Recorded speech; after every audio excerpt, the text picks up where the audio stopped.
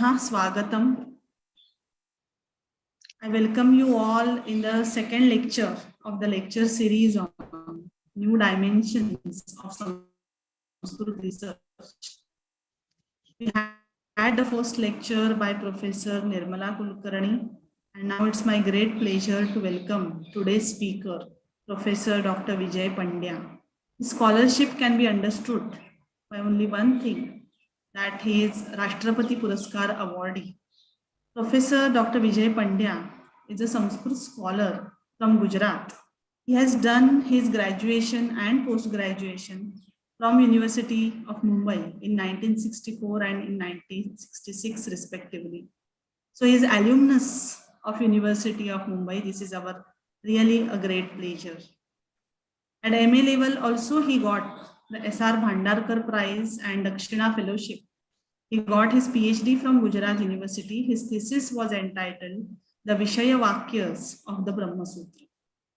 Then he retired as a professor from the Department of Sanskrit, School of Languages, Gujarat University in 2005.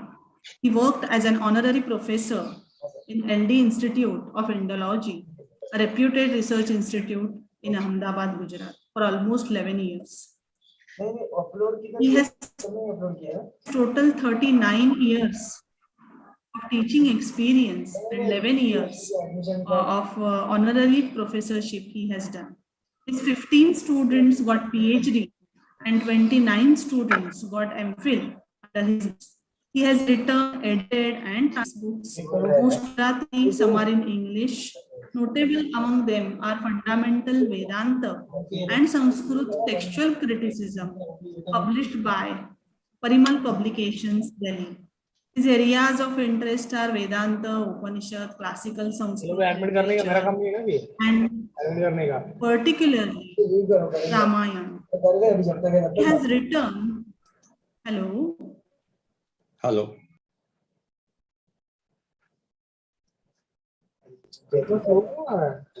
Yeah, some voice is coming in between.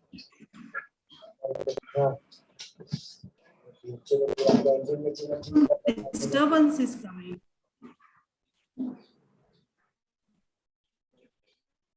Sorry for the disturbance which was causing in between. So his areas of interest are Vedanta, Upanishad, classical Sanskrit literature, Alankara Shastra, Indology. But his special interest is Valmiki Ramayana.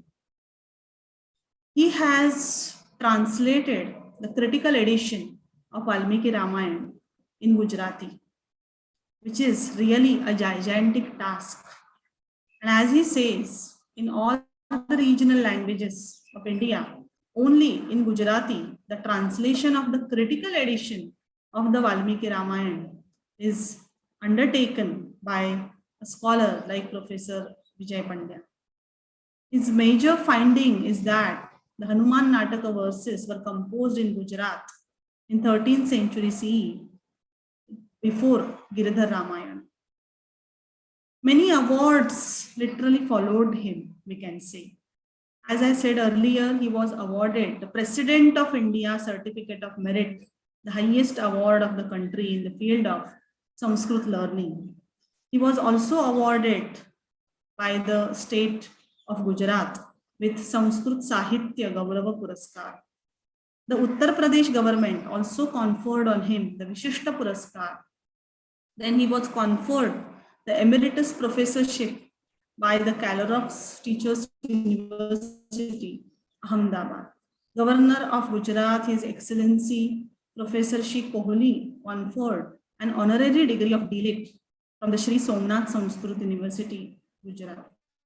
He had chaired World Sanskrit Conference section, which was held in Thailand, Bangkok. Then Dharma Dhamma Conference held in Madhya Pradesh, and participated in several international and national seminars, conferences. So we have really the eminent scholar in the field with us today, and he has taken a very unique topic, that is critique on the critical edition of Valmiki Ramayana. So I welcome you, sir. I welcome Professor Vijay Pandya, sir. And I welcome all the participant students who are gathered here. And I welcome all the senior professors, teachers who have gathered here. And now I request Professor Vijay Pandya sir to begin his lecture on the topic the critical edition of Valmiki Ramayana. Thank you.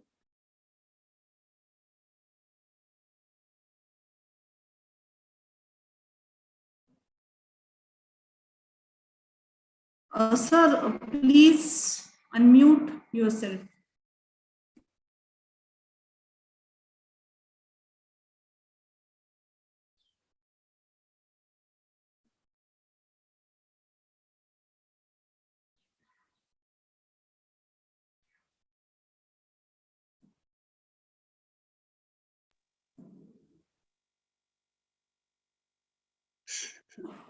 Sri Ramachandra Charano. Now Yes, yes. you can hear me? Yes, sir. Okay. Thank you. Sorry. Sri Ramachandra Charano Manasa Smarami. Sri Ramachandra Charano Vachasa Grunami. Sri Ramachandra Charano Sirasa Namami. Sri Ramachandra Charano Saranam Prapadde. Valmiki Giri Sambhuta Rama Sagar Gamini. श्रीमत् रामायणी Ganga पुनाति भुवनत्रयम् कुजंतम Ram रामेति मधुरम मधुराक्षरम आरुह्य कविता शाखम वंदे वाल्मीकि कोकिलम उल्लंघ्य सिंधो सलिलम सलिलम यशोक वहनिम जनकात्मजाय आदाय तेनेव ददाह लंकाम नमामि तम प्रांजलि आंजनेयम। परम आदरणीय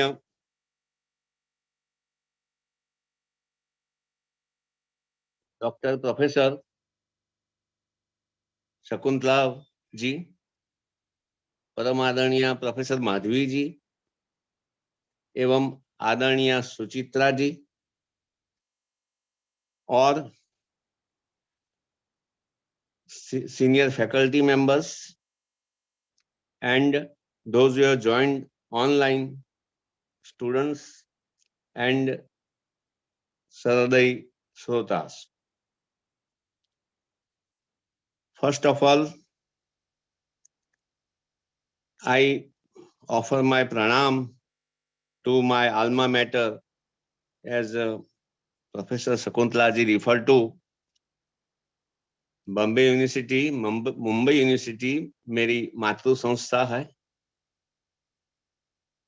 इस संस्था का मेरे पर बहुत ऋण है और जो मेरे सब के सब बहुत करके most of them were Maharashtrian gurus, उनको मैं आज प्रणाम करता हूं। I consider it as one of the greatest honours to have been invited by my alma mater, Matru Sanstha, Mumbai University, where I studied. So I feel very happy and very humble also. Today's topic is a critique of the critical edition of the Valmiki Ramayana. आप सब जानते हैं कि वाल्मीकि रामायण की critical edition, जिसको हम गुजराती में, संस्कृत में, हिंदी में, मराठी में भी समीक्षित आवृत्ति कहते हैं, तो ये समीक्षित आवृत्ति पर मैं आज कुछ मेरे विचार आपके सामने प्रस्तुत करने जा रहा हूं। देखिए, जब when we are in the academic world, particularly about me, I can say that I always swear by the critical edition. Some people swear at the critical edition. Many people in our academic fraternity are not aware also of the critical edition of the Valmiki Ramayan. ये बहुत सोचनीय परिस्थिति है. हमारे गुजरात में भी ऐसा है और देश में भी मैं इंक्वायरी करता हूं तो बहुत सारे विद्वान, otherwise they are very respectable, बहुत आदरणीय होते हैं, बहुत विद्वता में बहुत दिग्गज होते हैं, फिर भी वो क्रिटिकल एडिशन वाल्मीकि रामायण की उनका रेफरेंस नहीं देते हैं, उपयोग नहीं करते. मेरे नम्र मत से जैसा BORI Bhandarkar oriental research institute Pune ने महाभारत की क्रिटिकल एडिशन तैयार की और जगत को भेंट दी, it is a singular contribution of the Maharashtrian scholarship to have presented the critical edition of the Mahabharata. Similarly, MS University and Oriental Institute affiliated to it have prepared the critical edition of the Valmiki Ramayana. The critical edition of the Mahabharata took about 50 years to publish it, all volumes. Valmiki Ramayana की समीक्षित आवृत्ति तैयार होने में 25 वर्ष लगे. 1951 to 1975 इतने वर्ष ये वाल्मीकि रामायण की क्रिटिकल एडिशन के लिए लगे. तो अभी आपने नाम सुना, आप जानते हैं, तो मैं ऐसा कह सकता हूं कि अभी इस जगत में, हमारे वाल्मीकि रामायण के जगत में 2 प्रकार की आवृत्ति प्रचलित है, 2 प्रकार की एडिशंस अवेलेबल है. एक है वो पॉपुलर एडिशन, मैं कहता हूं लोकप्रिय आवृत्ति कहता हूं, और हमारे जो क्रिटिकल एडिशन की जो पार्लांस है, टेक्निकल लैंग्वेज, उसमें उसको वल्गेट एडिशन बोलते हैं. VULGAT, ये जर्मन वर्ड है. वल्गेट एडिशन माने लोकप्रिय एडिशन, सर्वतः प्रचलितः पाठः, everywhere this edition will be available. हम अभी ये कह सकते हैं कि गोरखपुर की जो एडिशन है रामायण की, वाल्मीकि रामायण की, वो वल्गेट एडिशन है, वो पॉपुलर एडिशन है, वो लोकप्रिय एडिशन है. और MS यूनिवर्सिटी बड़ौदा की जो ओरिएंटल इंस्टीट्यूट है, उन्होंने जो तैयार की है वो क्रिटिकल एडिशन है, समीक्षित आवृत्ति है. तो समझो कि इतने संभव नहीं है, it is not possible at all, but ऐसे मान लिया जाए कि यदि कदाचित वाल्मीकि का लिखा हुआ रामायण, वाल्मीकि का लिखा हुआ रामायण की हस्तप्रत अपने हाथ में आ जाती है, वो कैसी हो सकती है? ऐसी बहुत करके ये समीक्षित आवृत्ति है, जिसको जर्मन टेक्निकल लैंग्वेज में उर रामायण कहते हैं, उर महाभारत, उर रामायण. ओरिजिनली वाल्मीकि ने क्या लिखा होगा, कैसा लिखा होगा? तो approximate this critical edition is there. So we must always refer to this critical edition. Of course, लोकप्रिय एडिशन तो हमेशा रहेगी ही, क्योंकि हमें बार बार क्रिटिकल एडिशन के साथ लोकप्रिय एडिशन की भी कंपैरिजन करनी पड़ेगी. और जैसा आपने कहा शकुंतला बहन ने कि अभी इंडोलॉजी में एक बहुत बड़ा विषय रामायण, वाल्मीकि रामायण का है. पूरी जो संस्कृत जगत है, जो वर्ल्ड है, उसमें वाल्मीकि रामायण का बहुत अभ्यास होता है. तो इसीलिए क्रिटिकल एडिशन तो है ही. अभी वाल्मीकि रामायण की जो प्रचलित पॉपुलर एडिशन है, उसमें आप जानते हैं कि क्या होता है कि वाल्मीकि की लिखी हुई हस्तप्रत पांडुलिपि तो हमें उपलब्ध नहीं है। बड़ौदा की ये जो संस्था है, उनकी जो मंडली थी, क्रिटिकल एडिशन बनाने के लिए जो मंडली रची हुई थी, उसमें 2000 पांडुलिपियां एकत्र की गई थी, पूरे देश से, बाहर से भी। तो कोई भी पांडुलिपि, हस्तप्रत, गुजराती में हम हस्तप्रत बोलते हैं, मैन्युस्क्रिप्ट, कोई भी मैन्युस्क्रिप्ट 1100 सी की पहले की नहीं है।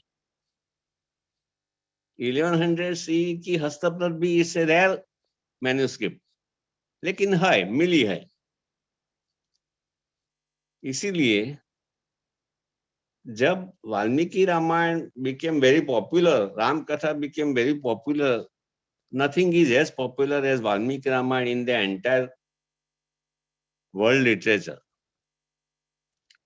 तो क्या होता है कि जब जो कथाकार होते हैं, तो कथाकार जब वाल्मीकि रामायण का गान करते हैं, वाल्मीकि रामायण की कथा का गान करते हैं, तो तब वो जो कथाकार भी विद्वान होते थे, तो वो क्या करते हैं कि जब देखा कि कोई प्रसंग है, तो प्रसंग में श्रोताओं को बहुत मजा आ रही है, बहुत एंजॉय कर रहे हैं वो एपिसोड, तो कथाकार अपनी ओर से भी थोड़े श्लोक जोड़ देते थे। फिर आप जानते हैं कि वाल्मीकि रामायण जो हमारी संस्कृत की पांडुलिपि होती है, उसकी भी प्रतिलिपियां होती है, कॉपीज होती है, लिखते हैं लहिया लोग, जो लिखने वाले लेखक वर्ग होता है, वो भी विद्वान होते हैं बहुत करके, तो वो भी अपनी ओर से कभी जोड़ देते हैं। फॉर एग्जाम्पल देखिए आप कि, और ये जोड़ देने का बहुत प्रसंग वाल्मीकि रामायण जैसी कृति में होता है। देखिए, शरद ऋतु का वर्णन किष्किंधा कांड में आता है, तो समीक्षित आवृत्ति में 52 वर्सेस आर देयर, समीक्षित आवृत्ति में, लेकिन पॉपुलर एडिशन में देखा जाए तो 85 वर्सेस है। तो naturally it is quite natural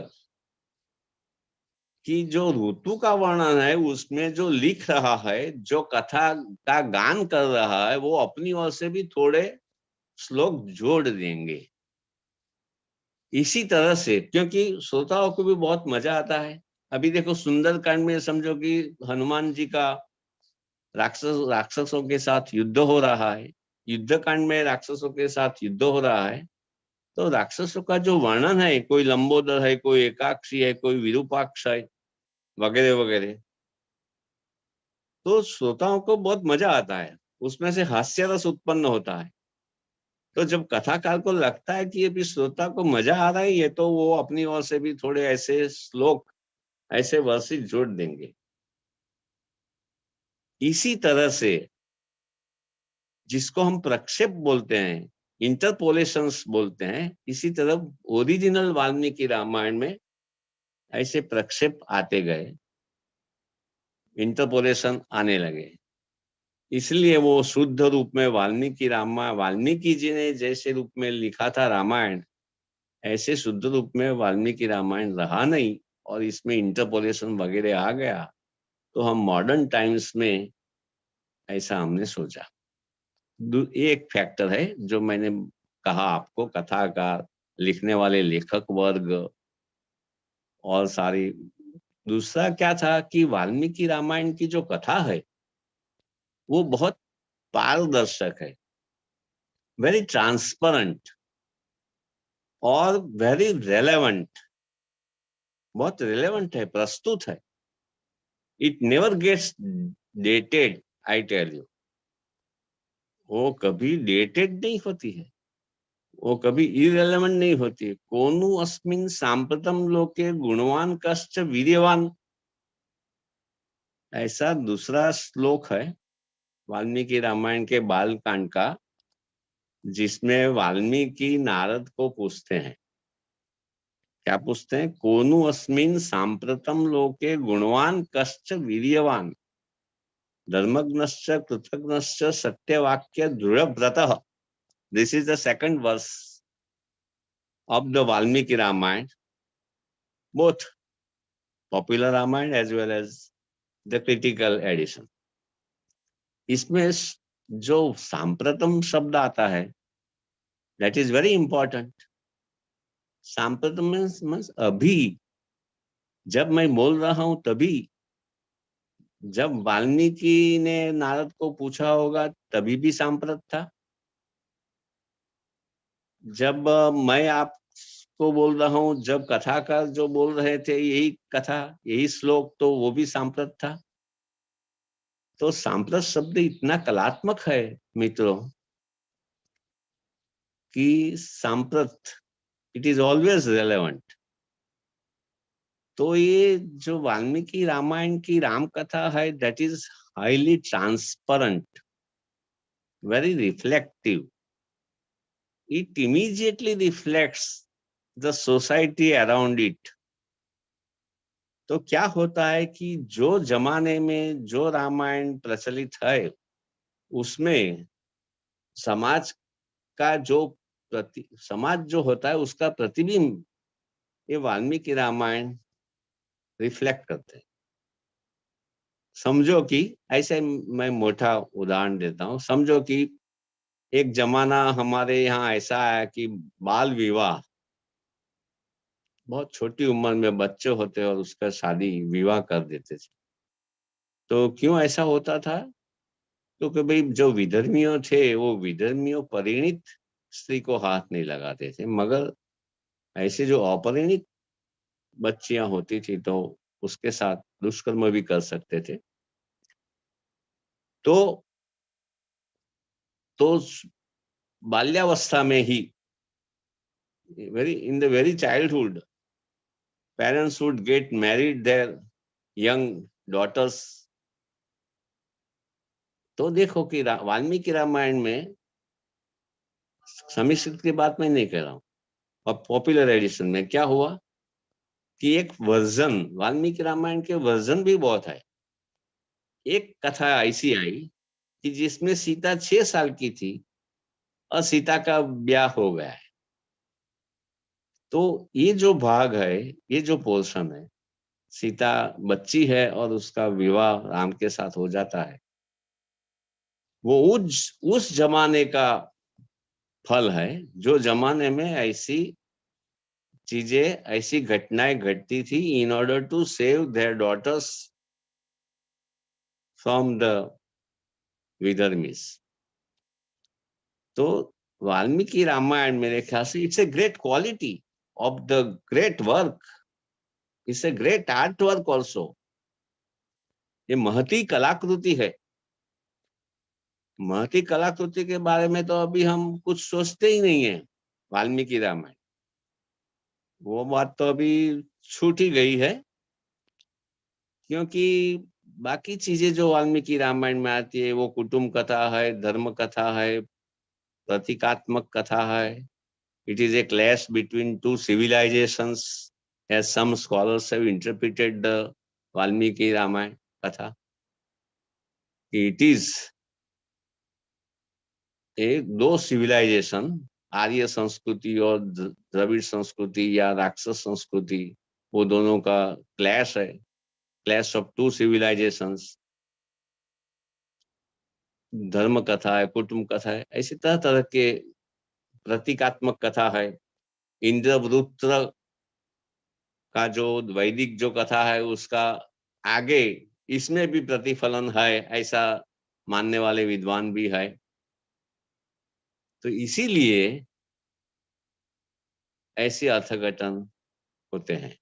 तो वाल्मीकि रामायण मैंने कहा इस तरह कि इट इज ऑलवेज सांप्रत, it is always relevant, it never gets dated, it never becomes irrelevant. Ramanand Sagar जब सीरियल उतारते तो रामानंद सागर की अपनी रामायण है, मैं आपको कह रहा हूं तो मेरी रामायण. इसी तरह तो इसीलिए इंटरपोलेशंस, प्रक्षिप्त चीजें बहुत सारी उसमें आ गई. उसमें से ये तो इसलिए मैंने कहा आपको कि जैसे वसंत ऋतु नहीं, शरद ऋतु का वर्णन होता है किष्किंधा कांड में, तो कुछ और वर्सेस अपनी ओर से जोड़ देते हैं। सामाजिक ऐसा माहौल है तो सामाजिक माहौल में कुछ ऐसे प्रसंग बना देते हैं और अंदर डाल देते हैं रामायण में। इसी तरह प्रक्षिप्त तो हो गया। और दूसरा क्या है कि अपना देश तो बहुत बड़ा है, तो हर जगह रामायण है। रामायण तो सर्वव्यापी है भगवान की तरह। तो इसी तरह इसीलिए वहां भी एक प्रदेश में कुछ और प्रसंग होगा, दूसरे प्रदेश में कुछ और प्रसंग भी हो सकते हैं। इसलिए हमारे यहाँ वाल्मीकि रामायण के बारे में अगर कहा जाए तो दो रेसेंशंस, दो संस्करण, नॉर्थ रिसेंशंस एंड साउथ रिसेंशंस, ये दो मेन मुख्य रिसेंशंस है। तो नॉर्थ रिसेंशन उत्तर भारत का रिसेंशन संस्करण और दक्षिण भारत का संस्करण रिसेंशन। तो उत्तर भारत में कुछ और दिखाएंगे, दक्षिण भारत में जो संस्करण है उसमें कुछ और दिखाएंगे। ऐसा प्रादेशिक प्रभाव भी होता है। इसी तरह इंटरपोलेशंस, प्रक्षिप्त अंश आ गए हैं और जिसको निकाल के ये समीक्षित आवृत्ति भिन्न भिन्न विद्वानों ने, बहुत दिग्गज विद्वान थे वो लोग, भिन्न भिन्न विद्वानों ने, ये 7 कांड के अलग अलग विद्वान थे, समीक्षित आवृत्ति के संपादक, उन्होंने तैयार किया है। एक उदाहरण आपको, कॉन्क्रीट उदाहरण दूं कि किस तरह से समीक्षित आवृत्ति तैयार हुई है। वो सीता का अपहरण हो रहा है, रावण उसको, बहुत पॉपुलर ये वर्ष है, ये पॉपुलर घटना है, आप सबको मालूम ही है कि जब रावण सीता को आकाश मार्ग से ले जा रहा है तो सीता जी ने अपने शरीर पर धारण किए हुए आभूषण नीचे डालती है और वो बंदरों को किष्किंधा कांड पे रहे बंदरों के हाथ आते हैं, ये आभूषण आते हैं। फिर राम और लक्ष्मण सीता की खोज में निकले हैं और किष्किंधा पर्वत पर आते हैं। तो वहां लक्ष्मण को ये बंदरों ने आभूषण दिखाए कि देखो आप ये आभूषण पहचान सकते हैं कि नहीं। तो तब लक्ष्मण का एक श्लोक है, आप जानते होंगे, बहुत प्रसिद्ध श्लोक है। लक्ष्मण ने तब कहा, उसके सामने भिन्न भिन्न केयूर लाया गया, कुंडल लाए गए, नूपुर लाए गए और पूछा गया कि आप ये इसमें से ये सीता जी का है कि नहीं, देखो आप कहो हमें। तो फिर वो लक्ष्मण जी कहते हैं, ना हम जानामि केयूरे, ना हम जानामि कुंडले, नुपुरे तू अभिजानामि, नित्यम पादाब्ज वंदनात्। मैं केयूर नहीं जानता हूं, नहीं पहचान रहा हूं।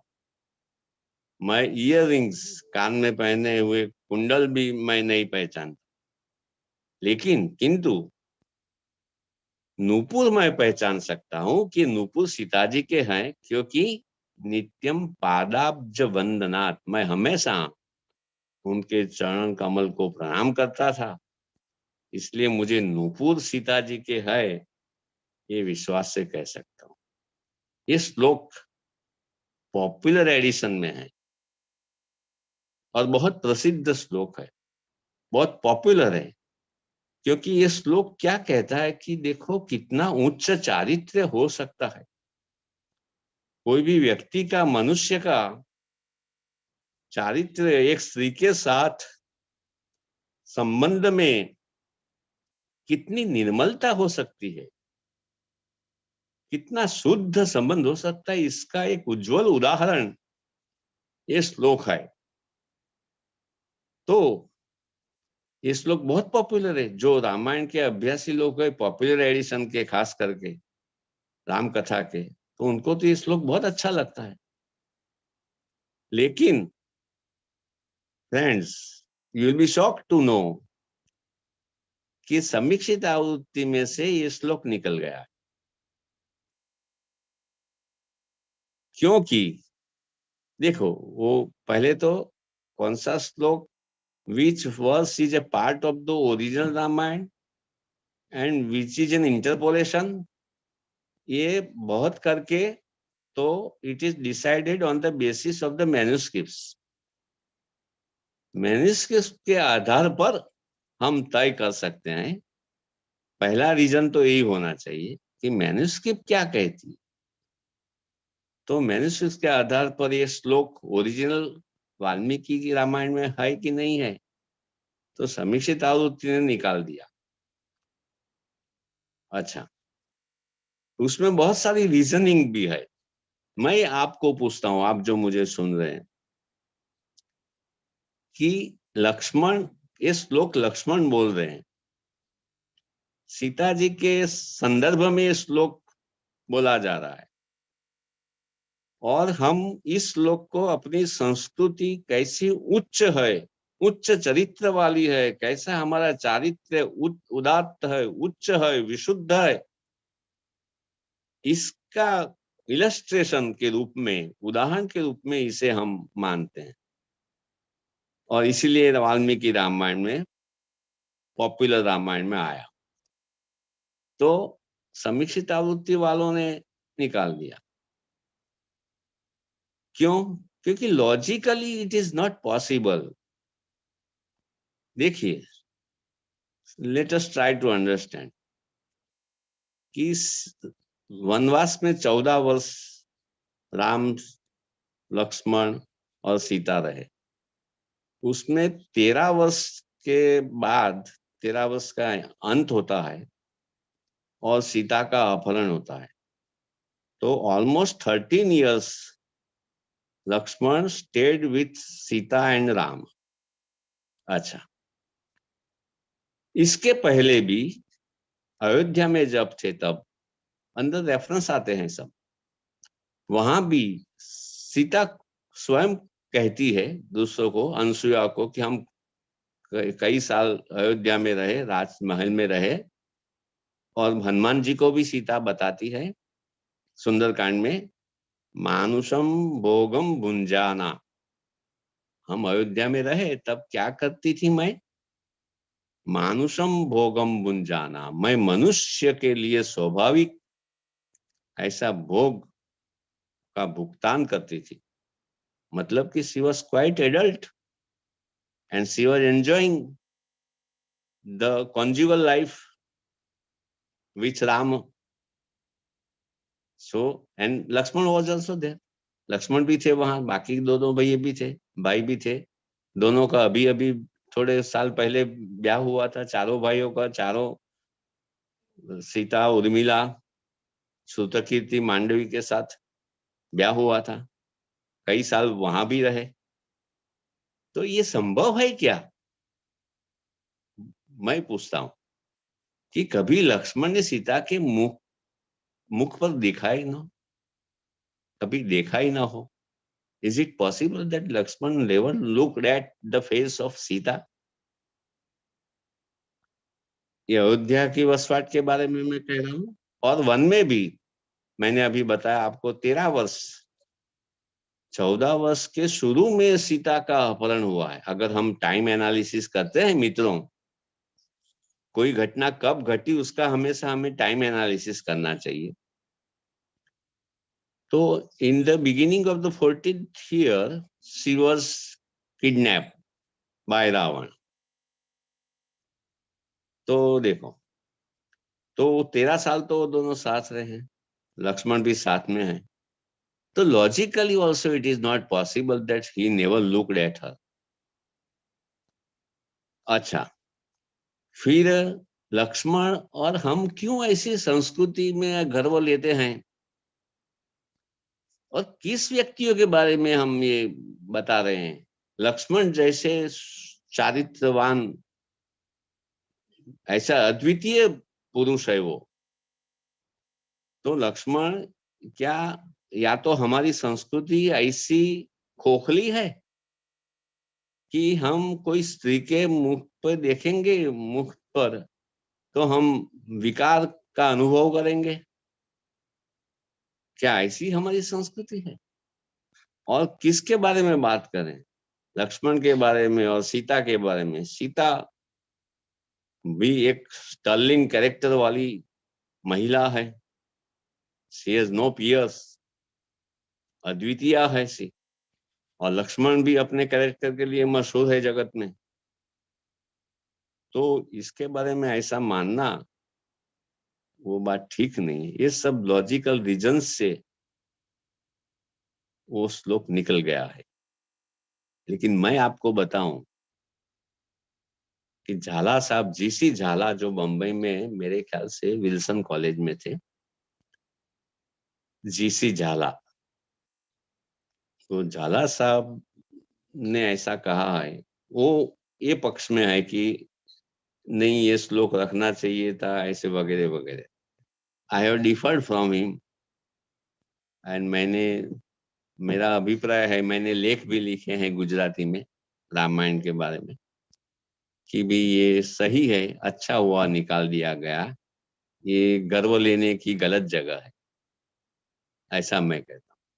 तो समीक्षित आवृत्ति ने ये सब रीजंस के पश्चात, ये सब कारणों से ये श्लोक निकाल दिया। इस तरह समीक्षित आवृत्ति तैयार होती है। अच्छा, दूसरी एक बात, पहला श्लोक हम लेते हैं। पहला वाल्मीकि रामायण शुरू होता है, कैसे शुरू होता है? तो वाल्मीकि रामायण जिस तरह से तपस्वाध्याय निरत, सुनना आप ध्यान से, तपह स्वाद, मैं पहले 2 बार बोलूंगा ये श्लोक, दोनों में अलग अलग वर्जन्स होंगे। तपस्वाध्याय निरतम कर्म विभक्ति, तपस्वी वाग विदाम्बरम नारदम, जो कर्म विभक्ति है वो सब नारद के विशेषण। फिर से बोलता हूं, तपः स्वाध्याय निरतम, तपस्वी, तपस्वी प्रथमा है, तपस्वी वाग विदाम्बरम, वाणी को जानने वालों में श्रेष्ठ, तप और स्वाध्याय में हमेशा रत रहने वाले, नारदम, नारद को, नारद कैसे हैं? और आगे विशेषण आता है, मुनि पुंगवम, मुनियों में श्रेष्ठ ऐसे नारद को, परिपप्रच्छ वाल्मीकि ही, वाल्मीकि ने पूछा, वाल्मीकि ने नारद को पूछा। फिर से श्लोक बोलता हूं, तपस्वाध्याय नियतम तपस्वी वाग विदाम्बरम नारदम परिप्रपच्छ वाल्मीकि मुनिपुंगवम। ये श्लोक जो है, ये सदर्न रिसेंशन એટલે दक्षिण भारत के संस्करण का श्लोक है। अगर हम उत्तर भारत के संस्करण को देखें, तो अब मैं वो श्लोक उत्तर भारत का संस्करण आपके सामने बोलता हूं मित्रों। तपस्वाध्याय निरतः, अभी प्रथमा, तपस्वाध्याय निरतः तपस्वी वाग्विदाम्बरः नारदम परिपप्रच्छ वाल्मीकि मुनिपुंगवः। मुनियों में श्रेष्ठ वाल्मीकि, जो हमेशा तप और स्वाध्याय में रत रहते हैं, तपस्वाध्याय निरत, जो तपस्वी है, वाग विदाम्बरः, जो वाणी को जानने वालों में श्रेष्ठ है, ऐसे वाल्मीकि ने नारद को पूछा। नारद के लिए एक भी विशेषण नहीं, सब विशेषण वाल्मीकि के लिए है। ये मित्रों उत्तर भारत का, जिसको हम नॉर्थ इंडियन वर्जन बोलते हैं, संस्करण बोलते हैं, रिसेंशन बोलते हैं, इसमें है। तो पहला ही प्रश्न, ये पहला श्लोक से आया कि अभी क्या करें, कौन सा संस्करण का श्लोक पसंद किया जाए। तपस्वाध्याय निरतम तपस्वी वाग्विदाम्बरम नारदम परिपप्रच्छ वाल्मीकि मुनिपुंगवम। वाल्मीकि के लिए ये साउथ इंडियन रिसेंशन में एक ही विशेषण है, तपस्वी वाल्मीकि। नॉर्थ में तपस्वाध्याय निरतः तपस्वी वाग्विदाम्बरः नारदं परिपप्रच्छ वाल्मीकि मुनिपुंगवः। कोई भी विशेषण नारद के लिए नहीं है नॉर्थ इंडिया के वर्जन में। तो ये बहुत बड़ा प्रश्न आ गया कि कौन सा संस्करण में कौन सी वाचना हमें स्वीकार्य है। तो मित्रों, ऐसा माना जाता है, विद्वानों का ऐसा कंसीडर्ड ओपिनियन है कि जो साउथ इंडिया, दक्षिण भारत का जो संस्करण है वो ज्यादा अधिक प्योर है, शुद्ध है। उसमें वाल्मीकि रामायण में वो मूल रूप में वहां मेंटेन हुआ है, उत्तर भारत में नहीं हुआ है। इसलिए दक्षिण भारत का जो संस्करण है, it is more faithful to the original Valmiki Ramayana. क्यों ऐसा क्यों मान लिया गया? तो there are some historical and social reasons. एक तो क्या है, वाल्मीकि उत्तर भारत के हैं। जो लिखते हैं लोग, जो कॉपी करते हैं, प्रतिलिपि बनाते हैं, तो अपने वाल्मीकि तो अपना है, हमारे प्रदेश का है। तो वाल्मीकि के बारे में सब जो अच्छे अच्छे विशेषण है सब वाल्मीकि को लगा देते हैं ऐसा है, वहां प्रादेशिकता आती है। अच्छा, तो इसलिए उन्होंने अपने, और दूसरे क्या है कि उत्तर भारत, जिस समय की हम बात कर रहे हैं, जिस समय वाल्मीकि रामायण का प्रचलन हुआ, देखिए अभी जो वाल्मीकि रामायण की कथा हम जानते हैं वो हमारे पास ईस्वी सन पूर्वे 800 में आ गई है। 800 BCE, अभी नए इस ढंग से कहा जाता है BC। 800 BCE में, पहले हम ऐसा बोलते थे, BC एंड AD ऐसा कहते थे, अभी BCE और CE ऐसा कहते हैं। तो 800 BCE में हमारे पास जो अभी हम जो राम कथा जानते हैं वो आ गई है। तो अभी 3000 वर्ष तो हो गए। उसके पहले कब राम हुए? अच्छा, राम हिस्टोरिकल पर्सन है, ऐतिहासिक व्यक्ति है, राम हो गए हैं, और ऐसे प्रतापी, प्रभावशाली, ऐसे विराट, मल्टी स्प्लेंडर्ड ऐसे व्यक्ति हुए राम कि फिर उनके आसपास कई मीथ हो आई, बहुत सारी मीथ आ गई। उसमें भी कितने साल, कितनी सदियां लगी होगी, किसको पता? Who can say? Difficult, impossible to say. तो पहले ईस्वी सन पूर्वे 800 में तो रामायण आ गई है हमारे पास, अभी जो हम जानते हो रामायण। तो उसके पहले की ये तो बात है। तो इसीलिए मित्रों, ये जो संस्करण है, तो उसमें जो समय की मैं बात कर रहा हूँ, वहां नॉर्थ इंडिया में Sanskrit was a very vital language, full of vibrance. It was a vibrant language. तो वहां क्या था कि वो लोग जो वहां थे, ऐसे याकोबी करके एक बहुत बड़ा अध्येता हो गए, आप सब जानते हैं, हरमन याकोबी। रामायण के क्रिटिकलाइजेशन के बारे में जब भी हम अभ्यास शुरू करते हैं तो हमारा अभ्यास एक याकोबी की पुस्तक से शुरू होना चाहिए। ऐसा वेरी सेमिनल वर्क, दास रामायण, जर्मन में उसको दास, DAS, और रामायण, दास रामायण बोल, उसका अंग्रेजी ट्रांसलेशन हुआ है, और उसका गुजराती ट्रांसलेशन मैंने गुजरात में किया है, हरमन याकोबी का। तो हरमन याकोबी वगैरह जो बोलते हैं, ऐसा बताते हैं कि वो समय जो था वाल्मीकि रामायण का प्रचलन का, वो समय पंडित, उत्तर भारत में संस्कृत भाषा एकदम लिविंग लैंग्वेज थी। तो उसमें वो जो लोग विद्वान लोग थे, तो उसमें कोई संस्कृत भाषा के साथ कोई भी ऐसी छूट न ली जाए, it should be correct grammatically.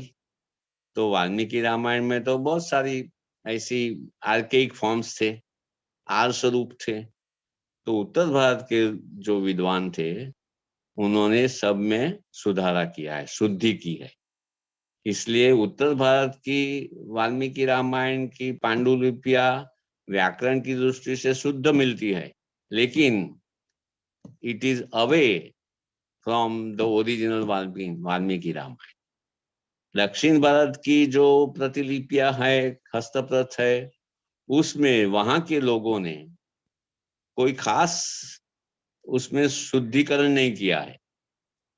इसका एक कारण ये भी है कि वो लोग अपनी भाषा के बारे में ज्यादा गर्व लेने वाले थे, प्रादेशिक भाषाओं के बारे में। इसलिए संस्कृत को इतना महत्व नहीं देते थे। इसलिए संस्कृत को जैसी की तैसी, जैसी वाल्मीकि की रामायण के द्वारा हमें मिली, उन लोगों को मिली, तो ऐसी ही रखी है। इसीलिए पहला basic assumption of the whole exercise of the critical edition of the Valmiki Ramayana is this, that the southern recension is nearer to the Valmiki Ramayana. ये पहला assumption है। उत्तर भारत का रिसेंशन, नॉर्थ रिसेंशन है, it is not near to the Valmiki Ramayana. उसमें बहुत सारे प्रक्षेप आ गए हैं, क्योंकि वो लोग जो थे, विद्वानों थे, उन्होंने स्कूल मास्टर ली, वो मास्टर की तरह सब जगह उन्होंने सुधारा किया है। तो इसी तरह देखो कि पहले श्लोक में और पूरे वाल्मीकि रामायण में मैं आपको कहूं कि विद्वानों ने, जो विद्वान थे, G.H. भट्ट साहब थे, महाकर साहब थे, झाला साहब थे, वैद्य साहब, महाराष्ट्र के एक विद्वान वैद्य साहब थे। तो ये सब लोगों ने ये तय किया था कि दक्षिण भारत की हस्तप्रत, अच्छा, महाभारत से अलग हुआ है। महाभारत में उत्तर भारत का वर्जन मोर फेथफुल है। जय रामायण में दक्षिण भारत का संस्करण, recension is more faithful to the original. Mahabharata का मुझे विशेष अभ्यास नहीं है, ऐसा मैंने पढ़ा है। तो देखो कि ये पहला असम्पशन है कि दक्षिण भारत का रिसेंशन है, जो संस्करण है, वो it is more faithful. Okay, इसका पहला ही परिणाम पहले श्लोक में आया। तपस्वाध्याय निरत तपस्वी वाग्विदम नारदम परिप्रपच्च वाल्मीकि मुनि पुंगव, ये पहला ही श्लोक आया, उसमें सदन रिसेंशन लिया। अच्छा, ओके। दूसरी, ये जो दूसरा एक महान प्रश्न वाल्मीकि रामायण के बारे में ये है मित्रों, महान प्रश्न ये है कि पहला कांड बाल कांड और उत्तर कांड आखिरी कांड, ये दोनों कांड according to many scholars are added afterwards, बाद में उसको जुड़ा गया है। They are not the part of the original Valmiki Ramayana, ऐसा है याकोबी और बहुत सारे विद्वानों का मानना है। तो ये बात कौन से सिद्धांत पर हुई? वो सिद्धांत ये था कि वाल्मीकि रामायण में वैष्णव संप्रदाय, वैष्णव भक्ति, विष्णु भक्ति का जब प्रचलन हुआ, प्राबल्य हुआ, उसके पहले की रचना वाल्मीकि रामायण। लेकिन क्या हुआ कि जब समाज में विष्णु भक्ति का प्राबल्य हो गया, प्रभाव बढ़ गया, तो वाल्मीकि रामायण में भी वैष्णव भक्ति के एलिमेंट्स दाखिल किए गए। और जो सबसे अधिक वैष्णव भक्ति के element in the first Kanda and in the last, that is Uttara Kanda में देखा जाता है। इसलिए बहुत सारे विद्वानों ने पहला कांड और बाल कांड, पहला माने बाल कांड और अंतिम कांड उत्तर कांड, ये दोनों को बाद में जुड़ा हुआ माना गया है, मतलब कि they are interpolations.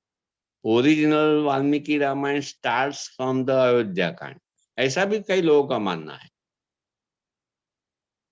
Original Ramayana, Valmiki Ramayana Ayodhya Kanda से शुरू होता है। तो जहां जहां वैष्णव भक्ति का उल्लेख आता है वो सब भाग प्रक्षिप्त है, ऐसा याकोबी का मानना था। और याकोबी का अनुसरण करने वाले जो बाद में जो विद्वानों आए उन्होंने पण ये माना कि जहां जहां पूरे रामायण में, पूरे वाल्मीकि रामायण में, पॉपुलर रामायण में, लोकप्रिय रामायण में, वल्गेट एडिशन, VULGATE, वल्गेट एडिशन में जहां जहां राम का या तो किसी और प्रसंग में वैष्णव भक्ति का उल्लेख हुआ है, राम को जहां विष्णु बताया गया है, राम को जहां विष्णु भगवान के रूप में प्रतिपादित किया गया है वाल्मीकि रामायण में, वो सब भाग, वो पोर्शंस, दे आर इंटरपोलेशंस, वो प्रक्षिप्त भाग है, ऐसा ये विद्वानों का मानना है। ये दूसरी बात आई। ये दूसरा एक महत्व का, मैं बड़ा बड़े सिद्धांत में दो महत्व के सिद्धांत आपको मैंने बताया। पहला सिद्धांत, Southern recension is more faithful to the original Valmiki Ramayana. Okay, for your understanding, those who are students there. दूसरा कि जहां जहां wherever there is a mention of Vaishnava bhakti and Ram as a Vishnu, Sita as a Lakshmi, those portions are interpolated, they are added under the influence of the Vaishnava bhakti. वैष्णव भक्ति के प्रभाव में आके ये बात अंदर डाल दी गई है, ऐसा ही दूसरा एक महत्व का सिद्धांत। अच्छा, ये बात आपको बराबर, जो छात्र है उनको मैं खास कह रहा हूँ, जो विद्यार्थी हैं, कि भी दो बात बराबर क्रिटिकल एडिशन के बारे में जब हम विचार करते हैं तो ये बात दोनों ध्यान में रखनी होती है। अच्छा, फिर क्या होता है?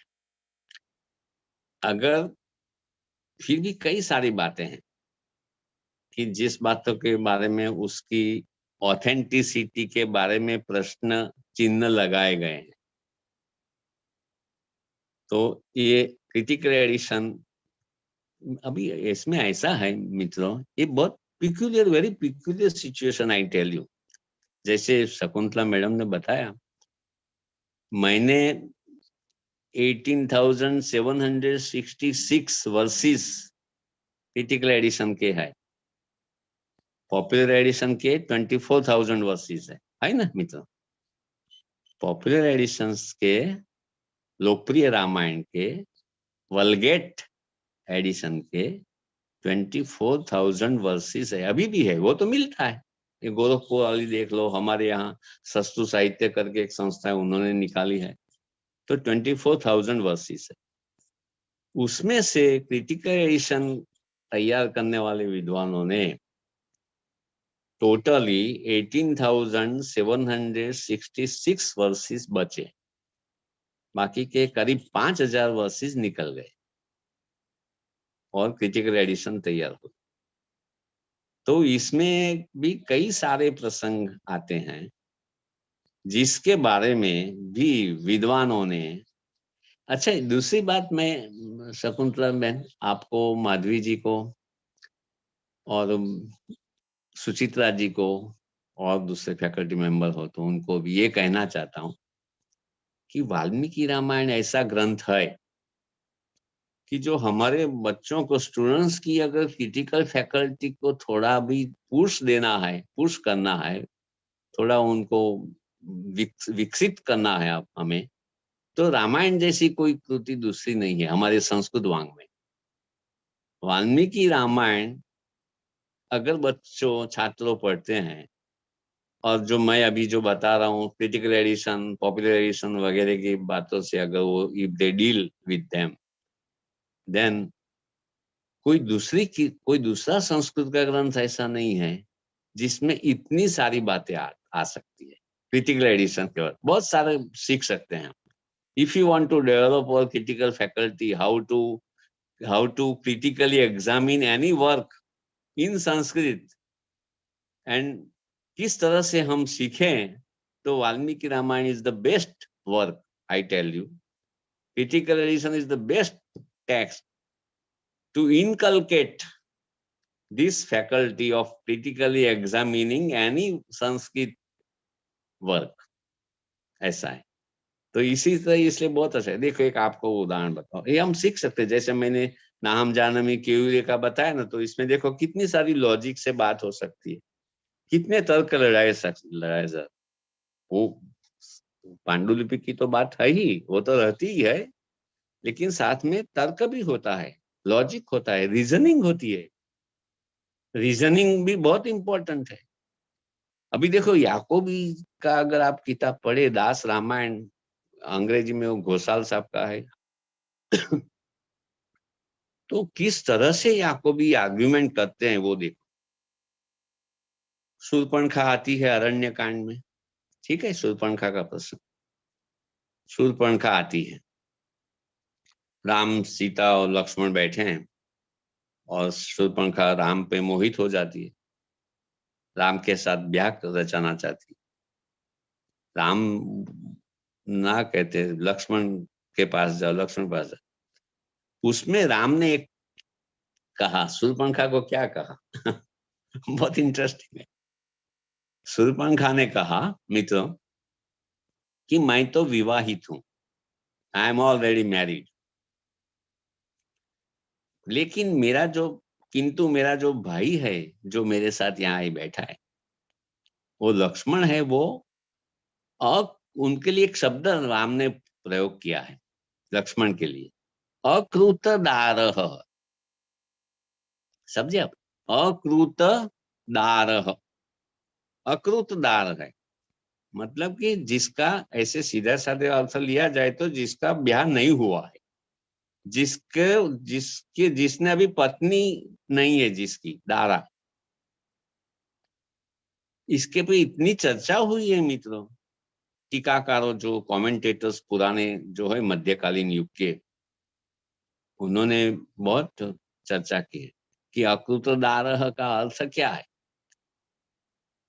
अच्छा वो ठीक है, वो बाद में देखेंगे अगर समय रहा तो, मगर मैं जो कहता हूं कि इस शब्द के आधार पर राम ने कहा कि लक्ष्मण अकृतदार है, मतलब कि अविवाहित है। एक कौन से कांड में बनता है? अरण्य कांड में, ठीक है, शूर्पणखा अरण्य कांड में आती है। तो अकृतदार शब्द हुआ, तो याकोबी अभी क्या करते हैं देखिए, वो किस तरह लॉजिक तर्क लगाते हैं। वो बोलते हैं कि अरण्य कांड लिखने वाला जो लेखक है, जो कवि है, उसको लक्ष्मण का विवाह हुआ है, ब्याह हुआ है, उसके पता नहीं है। अभी आप देखिए बाल कांड में चारों का ब्याह हो गया है ना, समझ रहे हैं ना आप? चारों भाइयों का ब्याह जनकपुरी मिथिला में वो आते हैं, विश्वामित्र के साथ राम लक्ष्मण आते हैं, बाकी के दोनों भाइयों को भी बुलाया जाता है। और सीता और उर्मिला वो जनक राजा की पुत्रियां हैं, और बाकी की जो श्रुतकीर्ति और मांडवी है, वो उसके भाई जनक के भाई उसकी पुत्रियां हैं, और चारों का विवाह। मगर याकोबी अब क्या कहते हैं अरण्य कांड के संदर्भ में, कि देखो अरण्य कांड का जो कवि है उसको पता नहीं है कि राम सीता लक्ष्मण उर्मिला उन लोगों का ब्याह हो गया है। इसीलिए अतो हम ब्रवीमि अतः इसलिए याकोबी कहते हैं कि बाल कांड का वो जो भाग है ना, जहां उनका ब्याह रचाया गया है, बालकांड के अंतिम भाग में आए मित्रों। आप अभी मेरा थोड़े समय में बालकांड प्रकाशित होने वाला है, पूरा गुजराती अनुवाद और प्रस्तावना के साथ, इंट्रोडक्शन के साथ। मैं पूरा साथे साथ कांड प्रकाशित करने वाला हूँ। 3 कांड अभी 15 दिन में प्रकाशित होने वाले हैं, बालकांड, अयोध्या कांड और सुंदर कांड। ये 3 कांड अभी प्रकाशित होने वाले हैं। बाकी के 4 कांड है जो ईश्वर की इच्छा होगी। अभी सिर्फ मुझे तो 79 ईयर्स से ही हुए हैं, अभी तो मैं जवान हूँ। ठीक है, वो गाना आता है ना, देर रात से अभी मैं जवान। तो बाकी के 4 कांड मैं बाद में लगा रहता हूँ, ये 3 कांड हो जाने के बाद। तो देखिए कि उन्होंने कहा कि अरण्य कांड, अरे बाल कांड के लेखक को पता नहीं है, इसलिए अरण्य कांड वाले को पता नहीं, इसलिए बाल कांड की जो विवाह का प्रसंग है, वो विवाह का प्रसंग वो प्रक्षिप्त है। देखो ये कैसा तर्क लड़ा है, ये हमें सीखना है। इसको कैसे काटना हो दूसरी बात है, हाउ टू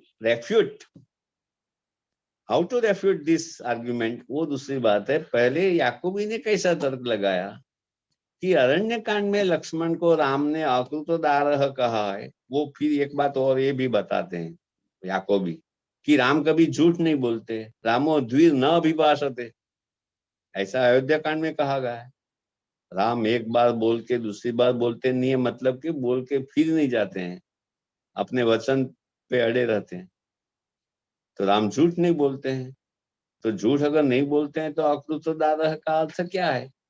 अकृतदारः का अर्थ है कि लक्ष्मण अपरिणीत है। लक्ष्मण अपरिणीत है, इसका मतलब है कि बालकांड में जहां लक्ष्मण को परिणीत बताया गया है वो भाग प्रक्षिप्त है। वो भाग से ये जो है, जो तीसरे कांड का, अरण्य कांड का जो कवि है उसको पता नहीं है, he is not aware of the marriage of Lakshman, that is why the marriage of Lakshman is प्रक्षिप्त, दैट एपिसोड इज प्रक्षिप्त। अच्छा, दूसरी भी बात मैं आपको बताऊं मित्रों, अयोध्या कांड इस लवली कांड, मोस्ट ब्यूटीफुल कांड, मानव भावों से संपृक्त है वो अयोध्या कांड। जब वन गमन का प्रसंग आता है, राम, सीता और लक्ष्मण तीनों सब माता पिता की विदाई लेते हैं, अयोध्या वासियों की विदाई लेते हैं, तो बहुत सारे विदा का करुण प्रसंग आता है। दशरथ बहुत व्याकुल हो जाते हैं, कौशल्या व्याकुल हो जाती है, सुमित्रा भी स्वस्थ रहती है, मगर सुमित्रा भी, उसका भी लड़का जा रहा है, लेकिन कहीं भी उर्मिला का उल्लेख नहीं है ना मित्र, आपको ध्यान में आया होगा। कहीं भी पूरे अयोध्या कांड में इतना लंबा विदाई का प्रसंग चला है, अयोध्या कांड में कुछ 15-20 सर्ग विदाई के हैं। राम, सीता और लक्ष्मण वनगमन करते हैं, सब लोगों की विदा लेके जाते हैं, तो इसमें कहीं भी उर्मिला का उल्लेख नहीं है। इसलिए आप मित्र जानते हैं कि रविंद्रनाथ टैगोर ने लिखा कि उर्मिला के बारे में उन्होंने लेख किया कि उर्मिला है तो उर्मिला एक कैसी पात्र है, तो उपेक्षित पात्र है, ऐसा टैगोर ने लिखा। बहुत अच्छे लेखक है। उन्होंने ऐसा भी लिखा कि पत्र लेखा भी उपेक्षित पात्र है। वो कादम चंद्रापीठ के साथ जो पत्र लेखा रहती थी, वो एक ही रूम में, एक ही खंड में सो जाते थे, नजदीक ही पथारियां रहती थी, ऐसा बाण ने आलेखन किया है। तो मैं पत्र लेखा के बारे में भी रविन्द्रनाथ टैगोर ने कहा कि पत्र लेखा भी उपेक्षित है, अनादृता है, उसको कोई आदर नहीं दिया गया है। उर्मिला अनादृता पात्र है, अनसुया और प्रियंवदा भी अनादृता है। ऐसा टैगोर तो अब बड़े कवि थे, मनीषी कवि, तो उन्होंने ऐसा निकाला। प्राचीन साहित्य करके उनकी छोटी सी किताब है, वो पढ़नी चाहिए हम सब लोगों को, संस्कृत वालों को। इतना अच्छा विवेचन किया है, एक कवि ही कर सकता है ऐसा आलोचना, ऐसा किया है। तो उर्मिला को उन्होंने बताया कि उपेक्षित पात्र है, सीता तो अपने पति के साथ वन में गई है, तो सीता को तो बड़ा आश्वासन था, लेकिन यहाँ तो उर्मिला है, वो महल में रही, यहाँ अयोध्या में रही, और कहीं भी पूरे रामायण में मित्रों, up to the end of the Uttarakanda कहीं भी उनका उल्लेख नहीं है। इसलिए टैगोर ने कहा कि ये उपेक्षित है, अनादृता पात्र। इसलिए याकोबी कहते हैं, ये टैगोर के पहले याकोबी ने नोट किया है, ये उन्होंने दूसरी दृष्टि से, संशोधन की दृष्टि से नोट किया है। याकूबी ने कहा कि देखो, उर्मिला का कहीं भी अयोध्या कांड में उल्लेख नहीं, इसलिए लक्ष्मण का उर्मिला के साथ ब्याह हुआ ही नहीं है, समझे ना, तो वो भाग ही प्रक्षिप्त है ऐसा याकूबी आर्ग्यूमेंट करते हैं। आप समझे ना, कैसे बढ़िया तर्क है, क्या लॉजिक है इसका। इसका खंडन हुआ है, जरूर खंडन हुआ है, खंडन हो सकता है, मगर हम किसी भी कृति को किस तरह से हमें देखना चाहिए, we should apply our tools जो है हमारे, जो विवेचन के जो औजार है, गुजराती में औजार बोलते हैं टूल्स, जो हमारे क्रिटिसिज्म के जो औजार है, टूल्स है, उसको किस तरह हमें अप्लाई करना चाहिए कोई भी कृति को, पर्टिकुलरली संस्कृत कृति को।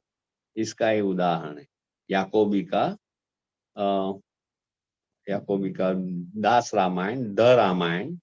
गुजराती में तो मैंने रामायण ऐसा ही रखा है, आप मराठी में ट्रांसलेट कीजिए, गुजराती अच्छी हो तो गुजराती में से मराठी में कीजिए, नहीं तो फिर अंग्रेजी उसका बहुत ये है, बहुत कॉम्प्लिकेटेड, जो खोसाल साहब का है और याकोबी का है, मगर wonderful book, I tell you.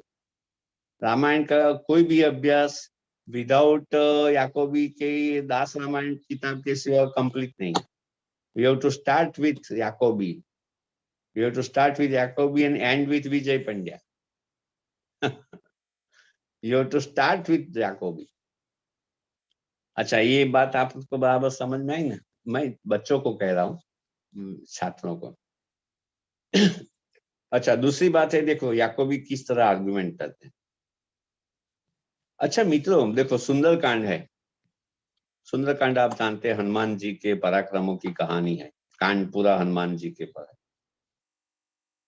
Hanuman ji Lanka में गए, सीता जी को मिले, फिर वो राक्षसों के साथ युद्ध हुआ, राक्षसों का संहार किया, फिर मेघनाद आया, इंद्रजीत आया, उसको पकड़ के ले गया। हनुमान जी ने ब्रह्मास्त्र, ब्रह्मा जी को मान दिया, सम्मान दिया, नहीं तो उसमें भी वो छूट सकते थे, मगर he allowed himself to be tied, captivated. Ravana को मिला, हनुमान जी रावण को मिले, लंका का दहन हुआ, है ना, ये सब प्रसंग है सुंदरकांड के। हाँ मित्र, फिर हनुमान जी वापस आते हैं तब महेंद्र पर्वत पर अंगद है, बहुत सारे जो वानर है, बंदर है, वो भी वहां है, सब राह देख प्रतीक्षा करते हैं हनुमान जी क्या समाचार लाए। तो जो अंगद को जब हनुमान जी बताते, पूरे विस्तार से पूरा ब्यौरा देते हैं, ऐसा ऐसा हुआ, मैंने ऐसे लोगों को मारा, ऐसा किया, सीता जी मुझे मिली, वगैरह वगैरह। फिर हनुमान जी राम के पास गए। अच्छा, वहां क्या हुआ मित्रों, जो हाउ तीसरी बात ये भी है मित्रों, we have to very closely study the text. Text, पूरा आधार तो टेक्स्ट पर है। तो राम के पास जब हनुमान जी जाते हैं तो वहां ये कोई बात बताते नहीं है। कौन सी बात?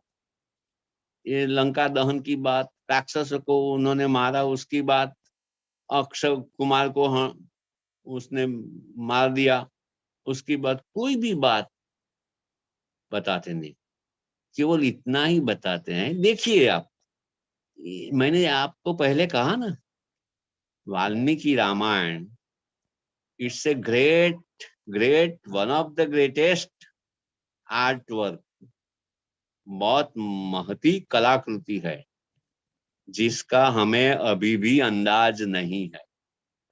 we are not aware of the artistic strength, artistic qualities of the Valmiki Ramayan.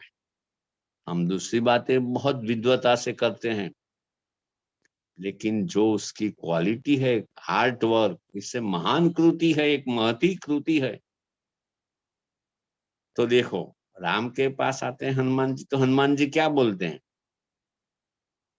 Angad के सामने, तो मैंने कहा ना आपको, आपको ध्यान में रहना चाहिए, अंगद के सामने अंगद जी उसके बॉस है, अंगद उसके लीडर है, वो जो ट्रूप है उसके लीडर है। और सुग्रीव ने उसको वाल्मीकि, अरे वाली गया, बाद में उसको राजकुमार बना दिया है, तो अंगद बॉस है। तो अंगद को सब बातें उन्होंने हनुमान जी ने बताई, समझे? राम के पास जब हनुमान जी गए तो उन्होंने क्या कहा? मैं वाल्मीकि रामायण को कोट करता हूँ, इतना ही कहा, दृष्टा मया सीता, बस। क्या ये 3 शब्द है, मगर कितने पोटेंशियल है, क्योंकि राम को कोई और चीज सुनने में अभी इंटरेस्ट नहीं है। दृष्टा मया सीता, मैंने सीता को देखा। वाह! देखो वाल्मीकि किस तरह से, नहीं तो कोई और लेसर पोएट होता, कोई और वीक पोएट होता, तो अरे मैं तो यहाँ गया, ऐसा कहा, ऐसा कहा, ऐसा किया मैंने, अपने बॉस के आगे वो बात बात की अपने बारे में बातें बताता। ये वाल्मीकि है और ये हनुमान जी। दुष्टा मया Sita, he knows in what matter Ram is interested. Hanuman ji जानते हैं कि किसके बारे में सीता राम को अभी रस है। अगर ऐसी बातें बताने लगे कि मैंने सब अशोक वाटिका का भंग किया है, मैंने अक्षर राजकुमार को मार डाला है वगैरह, तो राम उसमें कुछ दिलचस्पी नहीं लेते। ये हनुमान जी का पात्र तो है ही, मगर वो पात्र को बनाने वाले वाल्मीकि है, ये वाल्मीकि की कला है।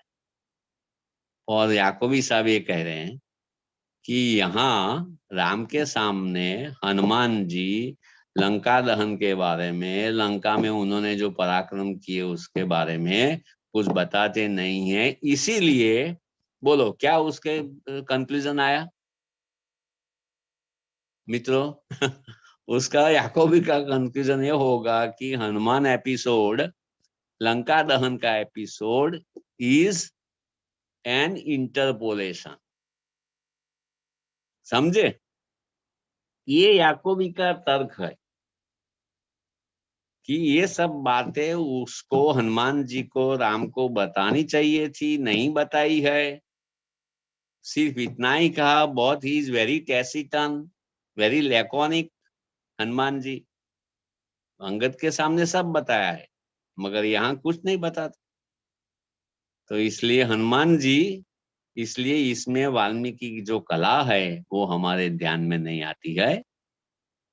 याकूबी को तो न ध्यान में आए तो बहुत साल पहले हो गए, उसके सामने ये क्रिटिकल एडिशन नहीं थी। 1893 की ये किताब है जो मैं, जिसके बारे में बता रहा हूँ, दास रामायण 1893। फिर आया 1993, 100 बरस, और उसके अभी 130 बरस हो गए। वो किताब आपको मराठी में ट्रांसलेट करना चाहिए, डिपार्टमेंट का ये प्रोजेक्ट ले लो। तो ये, तो देखो, तो याकूबी ने ऐसा कहा कि प्रक्षिप्त अंश है। अच्छा, दूसरी याकूबी किस तरह, मतलब एक बात तो ये है मित्रों कि text, very close study of the text, you have to study the text very closely, तब तो ये याकूबी कह सकते हैं ऐसा। याकूबी ने दूसरा क्या कहा मालूम है? दूसरा ये कहा, अच्छा वहां तो उन्होंने लंका जलाई थी, लंका को जलाया था, वो भी बात उन्होंने राम के आगे नहीं कही। अच्छा, फिर मित्रों युद्ध कांड में, सुंदरकांड के बाद युद्ध कांड आता है। सुंदरकांड पूरा हुआ, सब वो ब्रिज बना वगैरह, सेतु बना, युद्धकांड आता। तो युद्धकांड में शुरुआत में हनुमान जी लंका का वर्णन करते हैं। राम पूछते हैं कि भाई लंका कैसी है, क्या वहां का क्या है, कैसी स्थिति है, इसका सिचुएशन कैसा है। तो वहां भी हनुमान जी ऐसा नहीं बताते हैं कि अरे वो तो जल गई है, इधर उधर खाक हो गई है, उसका जो वैभव था वो सब नष्ट हो गया है। ऐसी कोई बातें हनुमान जी वहां नहीं बताते। और पूर्ववत पूर्ववत पहले जैसे लंका का वैभव था इसी तरह ही हनुमान जी बताते। इसलिए one more argument on the part of Jacobi that Lanka दहन का प्रसंग हुआ ही नहीं है। It is a very dangerous thing to say on the part of Jacobi. It is very dangerous. ये तो हमारी पूरी सांस्कृतिक पीठिका है, उसको he is making it unsteady, है ना। जो भी हो, मगर उसकी उसकी ऐसी दलीलें थी, ऐसा तर्क थे। अच्छा, दूसरी भी एक बात है जो किस तरह से टैक्स, इसी इसलिए मैं आपको ये सब बता रहा हूँ कि वहां युद्ध कांड, अच्छा सुंदरकांड में क्या आता है कि सुंदरकांड में हनुमान जी ने जो राक्षस को मारा ना, जिसको मार डाला, उसमें दो राक्षस का उल्लेख आता है। दो राक्षस, उसका नाम दिया गया है, युपाक्ष, युपाक्ष, यू दीर्घ, युपाक्ष एंड विरूपाक्ष। ये दो राक्षसों को हनुमान ने सुंदरकांड में उसका संहार किया है, मार डाला है। अच्छा, समझे आप समझ रहे हैं ना। फिर युद्ध कांड में याकोबी कहते हैं, याकोबी टैक्स के आधार पर कहते हैं, अपना घर का नहीं निकालते, टैक्स के आधार पर कहते हैं कि वहां फिर से ये दो नाम दिखाई देते हैं, युपाक्ष एंड विरूपाक्ष। और युपाक्ष को सुग्रीव ने मारा युद्ध कांड में। हाँ, मैं अभी युद्ध कांड की बात कर रहा हूं।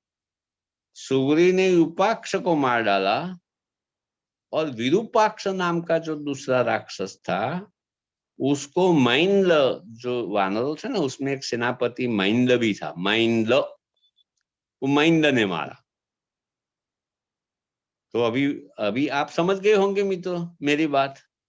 अभी याकोबी क्या कहेंगे, अभी याकोबी ये कहेंगे कि युद्ध कांड में युपाक्ष और विरूपाक्ष दोनों राक्षसों फिर आते हैं, फिर दिखाई देते हैं, और दूसरे लोगों ने उसको, सुग्रीव ने एक को मारा, दूसरे को मैंदल ने मारा।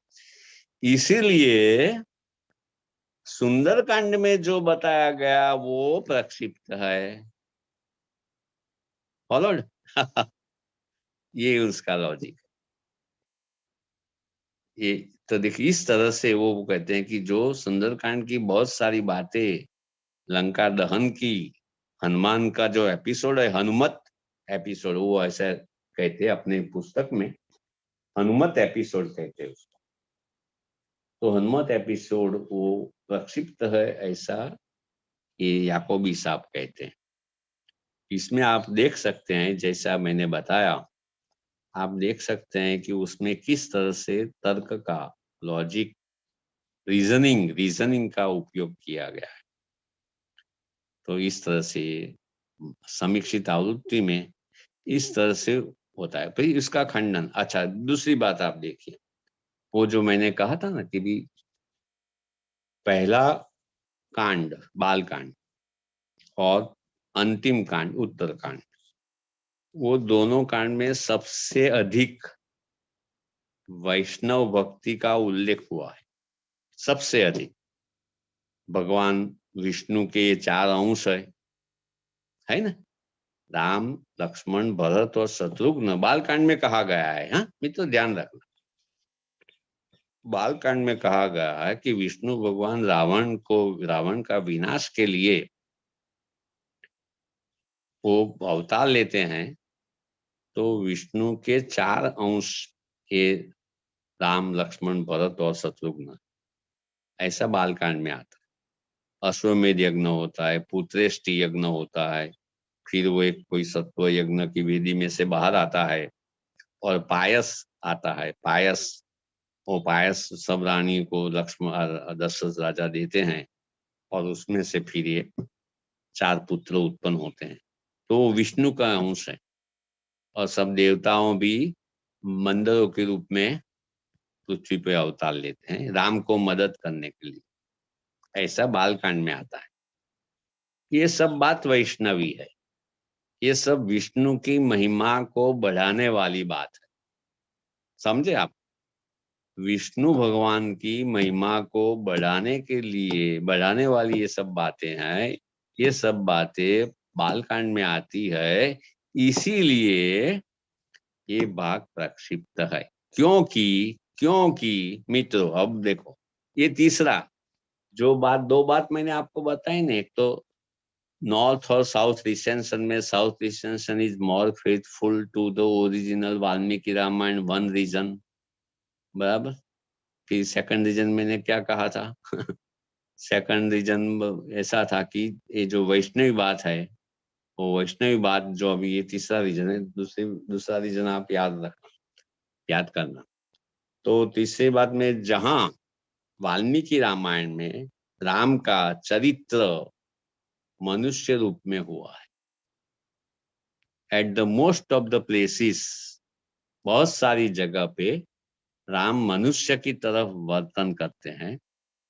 इसलिए जहां जहां राम का विष्णु भगवान के रूप में उल्लेख होता है, जहां जहां वैष्णवी भक्ति का प्राबल्य दिखाया गया है, वहां वहां वो बातें, वो भाग, वो portions, those places are all spurious, they are all prakshipta, they are all interpolations, they do not form the original part of the Valmiki Ramayana, है ना ऐसा। अभी देखिए बहुत बड़ी बात आ गई, तीसरी बात क्या बात आई कि जहां वाल्मीकि रामायण में राम तो मनुष्य है, और जहां वो मनुष्य की तरह, ऐसा नहीं है मित्रों, देखो आप भेद करना, थोड़ा सूक्ष्म भेद है। बाद में हमारे पुराणों में और बाद में क्या बात है कि भाई भगवान जो होते हैं, he acts like a human being, मनुष्य की तरह वर्तन करते हैं, मनुष्य की तरह दिखावा करते हैं। ऐसी बात वाल्मीकि रामायण में नहीं है, मनुष्य की तरह दिखावा नहीं करते हैं मित्रों। भागवत में ऐसी बात है कि लीला है, लीला बोलते हैं ना हम, लीला भगवान की लीला है, भगवान लीला करते हैं। राम है तो राम ने बहुत विलाप किया सीता के विरह में, बहुत विलाप किया, बहुत दुख भागी बने, और युद्धकांड में तो कितने राम हैरान हुए, बहुत हैरान हुए, मूर्छित 2 बार तो मूर्छित हो गए, पराजित भी हो गए, बेभान हो गए, ऐसा बहुत बार हुआ उसमें, युद्धकांड में तो बहुत हैरान हुए। तो ये सब बातें है, तो सब मनुष्य की तरह राम का व्यवहार है। मगर तुलसीदास जी और जो पीछे वाल्मीकि रामायण के बाद में जो लोग आए रामायण के बारे में, जिन्होंने कुछ लिखा, तो वो क्या कहते हैं कि वो जो है मनुष्य की तरह ये लीला करते हैं, मनुष्य लीला करते हैं, वो खुद नहीं दुख का भुगतान कर रहे हैं। He is not unhappy, he merely acts as an unhappy man. ये बातों में फर्क है मित्रों, आप ध्यान में रखना है, बहुत गंभीर बात है। इस यही मुद्दे पे हम आके पूरा 2 लेक्चर दे सकता हूँ कि he acts like a human being, मनुष्य की लीला है, भगवान की लीला है। भगवान विलाप करते हैं, राम विलाप करते हैं, तो हमारे लिए, मनुष्य के लिए विलाप करते हैं कि देखो ऐसा मत करो, मेरे जैसी स्थिति होगी, ऐसा तो लीला करते हैं। ऐसा वाल्मीकि रामायण में नहीं है, मैं आपको बता दूं, I am very sure. Valmiki Ramayana में भगवान राम, अभी सांप्रत समय में हूँ, मेरे दिल में राम मेरे इष्ट देव है, तो मैं भगवान राम ऐसा बोल देता हूँ। मगर वाल्मीकि रामायण में वाल्मीकि अगर मेरे सामने बैठे होते तो वो कहते कि अरे बच्चा क्या कर रहा है, तो भगवान, मैं तो मनुष्य के लिए वर्णन किया है, ऐसा वाल्मीकि मुझे कह सकते।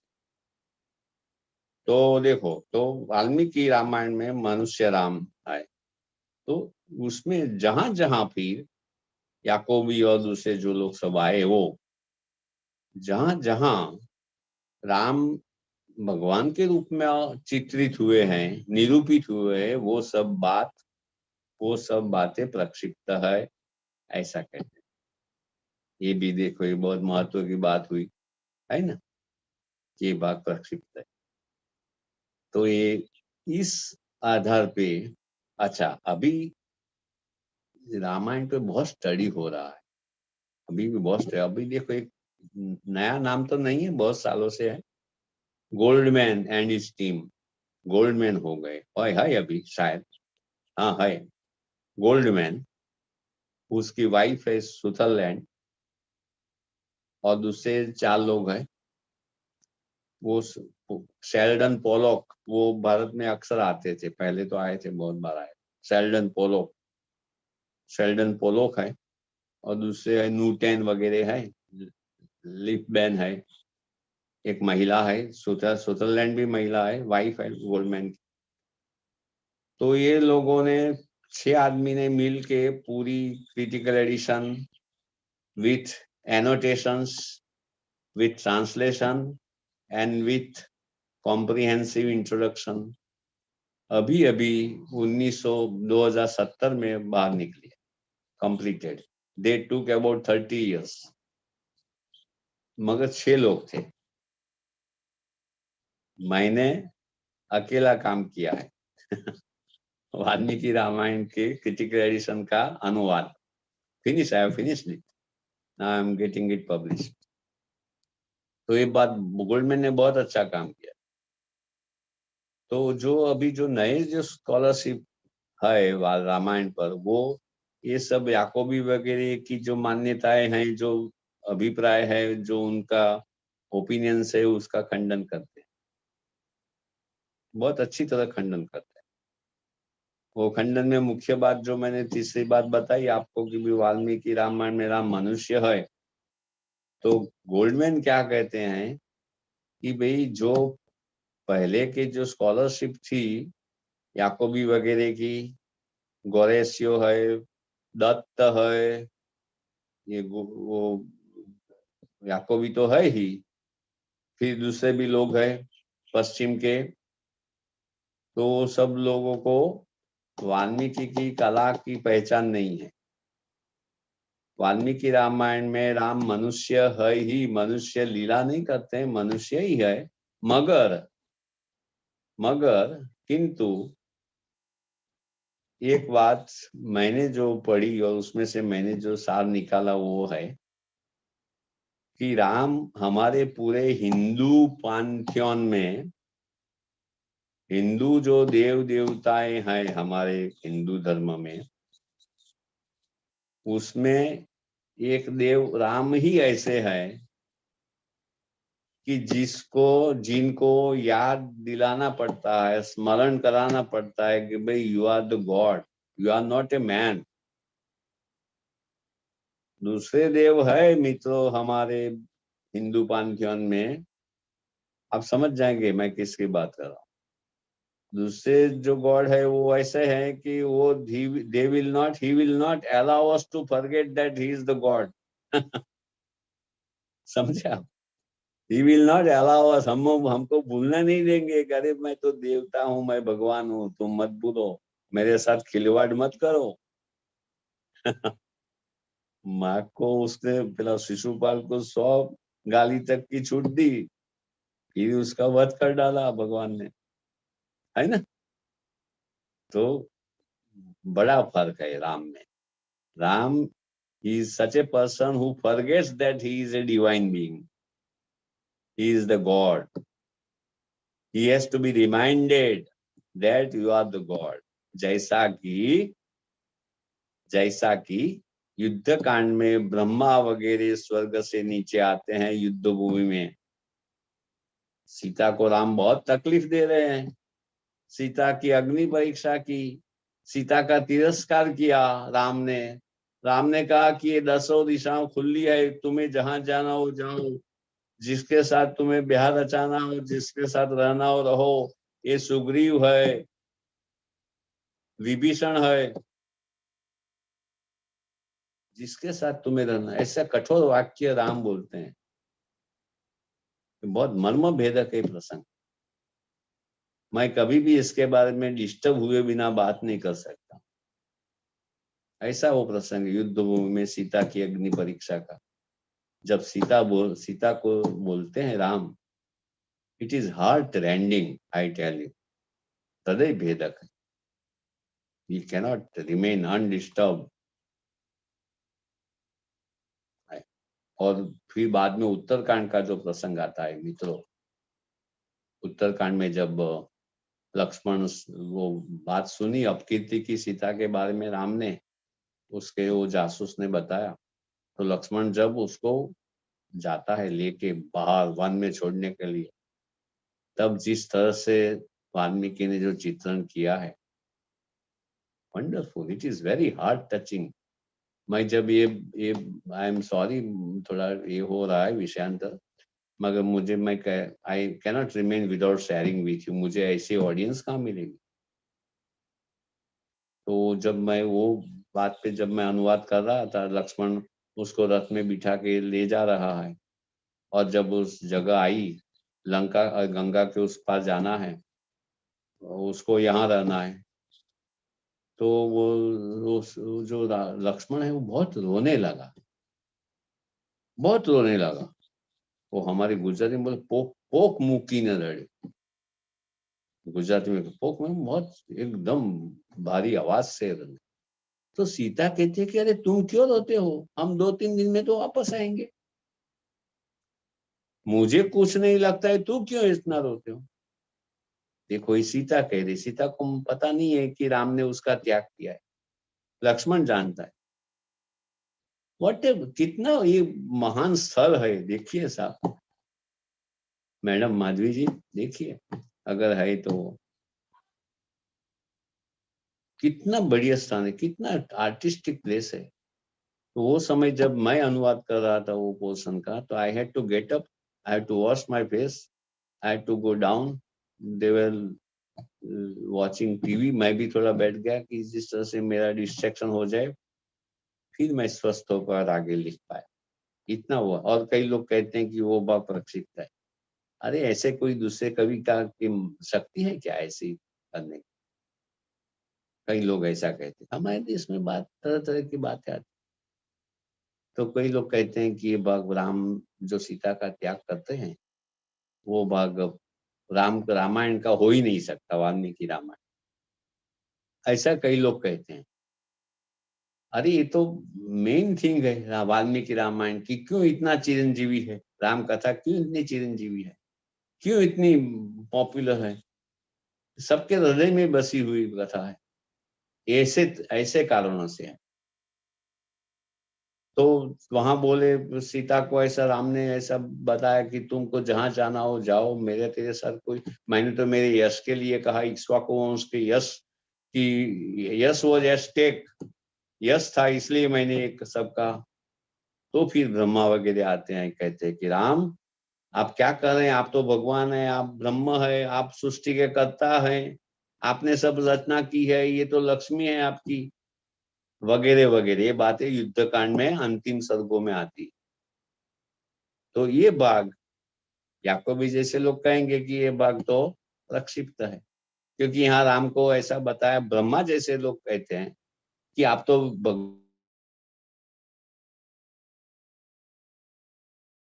नेत्र बंद करते हैं तो रात हो जाती है अथवा प्रलय हो जाता है, जो श्रुतियां है वो वगैरह आपके हाथ का मैल है, ऐसे जैसे बहुत अच्छा स्तुति, बहुत अच्छी है वो युद्ध कांड की जो स्तुति है, ब्रह्मा वगैरह ने जो स्तुति की, बहुत बहुत अद्भुत स्तुति है। तो जो बनावटी पोएट्स होते हैं, जो फेक फेक पोएट्स होते हैं, वो क्या ऐसा लिख सकते हैं? पोएटस्टर्स जो बनावटी होते हैं ऐसा नहीं लिख सकते। ओरिजिनल वाल्मीकि जैसा ओरिजिनल राइटर पोएट ही ऐसा लिख सकता है, तो साधारण किसी का काम नहीं। तो वो समय राम कहते हैं कि आत्मानम मानुषम मन्ये रामम दशरथात्मजम। ब्रह्मा ने सब कहा ना कि भाई तुम तो भगवान हो, तुम ये सृष्टि की सर्जन किया है वगैरह वगैरह। तो राम कहते हैं कि भाई आत्मानम मानुषम मन्ये रामम दशरथात्मजम, मैं तो अपने को दशरथ के पुत्र मनुष्य राम मानता हूं। ये राम वाल्मीकि की कला है और ये राम का जो है मनुष्यत्व। मगर क्या है कि भाई मैं तो अपने को मनुष्य मानता हूं। तो वाल्मीकि रामायण में एक स्ट्रेन राम मनुष्य है इसी तरह रहा, लेकिन कभी कभी अंदर राम इज, जो हम कहते हैं ना, लोकोत्तराणाम चेतांसी कोनो विघ्नातुम अर्हति, बहुभूति ने जैसा कहा है ना, लोकोत्तराणाम चेतांसी वज्रादपि कठोराणि मृदुनि कुसुमादपि लोकोत्तराणाम चेतांसी कोनो विघ्नातुम, लोकोत्तर है वो। मगर ऐसे ऐसे ऐसा है कि राम को वाल्मीकि रामायण में राम मनुष्य है, क्योंकि ये मैं बोलूंगा तो आपको गैर समझ होगी, मिसअंडरस्टैंडिंग होगी। राम को इस पृथ्वी पर, इस जगत में, इस संसार में भगवान है, वो तो उनको भगवान नहीं है ऐसा ही मानना है, ऐसा ही मानना है माने नहीं है, उसको याद भी नहीं है कि वो भगवान है। राम को इसी तरह उसको बिहेव करना है और इसी तरह वो राम को एक्ट करना है। इसलिए, और दूसरी बात क्या है, हम स्टोरी का भी विचार नहीं करते हैं। What is the story? Ramayana की स्टोरी क्या है? स्टोरी में रावण ने क्या मांगा है? रावण ने मांगा है कि मेरा कोई वध। वो मनुष्य को तो गिनता ही नहीं था, बंदर को नहीं गिनता था। इसलिए वो सब बाकी के जो स्पेसीज अस्तित्व में थे वो समय में, कि राक्षस, दैत्य, नाग, पशु, पक्षी वगैरह वगैरह, देव, दानव, इसमें से किसी से मेरा वध न हो, ऐसा रावण ने अपने वरदान में मांगा। मनुष्य का उल्लेख नहीं किया। इसीलिए वाल्मीकि रामायण में ये वाल्मीकि की मित्रों कला है, बहुत उच्च प्रकार की कला है। It is a very highest type of art, जिसका हमें परिचय नहीं है अभी। हम उसका अभी तो बाकी है, उसका रामायण का इस तरह से अध्ययन करना बाकी है कि इससे ग्रेट आर्ट वर्क। तो मित्रों, उसलिए वो रावण था, मनुष्य को गिनता नहीं था, इसलिए राम को मनुष्य होके ही रहना है।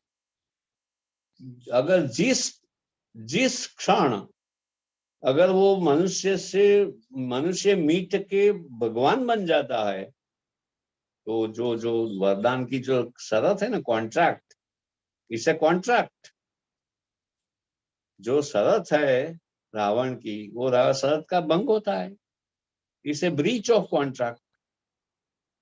इसलिए पूरे वाल्मीकि रामायण में राम हमेशा मनुष्य ही है। इसलिए वो इस दुनिया की, इस जगत की महान कृति बनी है।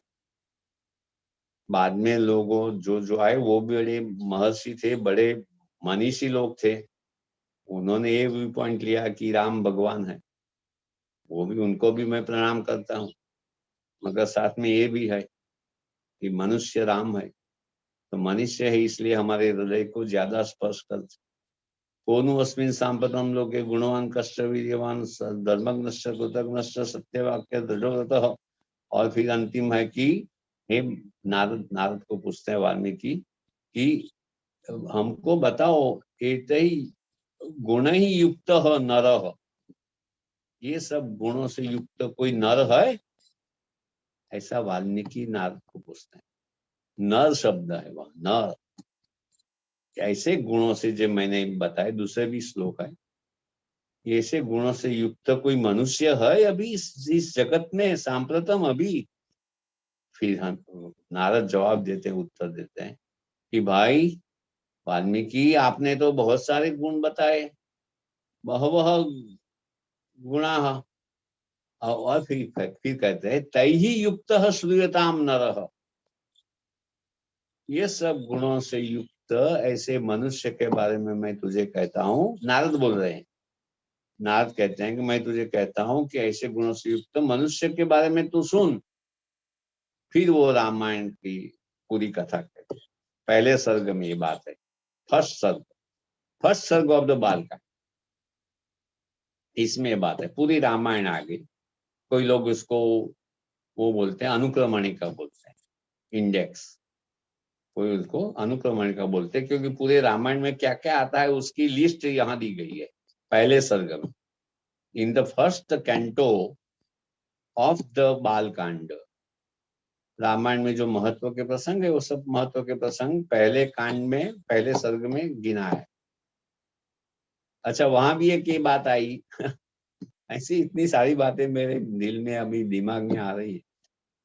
उसमें ये बात आई कि देखो, बालकांड में जो बातें बताई गई कि भी रामायण में क्या क्या आता है, समझ गए ना आप, उसमें बालकांड की प्रसंगों का उल्लेख नहीं है आप समझ रहे, बालकांड में पहले सर्ग में इट इज एन इंडेक्स, अनुक्रमणिका है ना, पहला सर्ग वो अनुक्रमणिका जैसा है।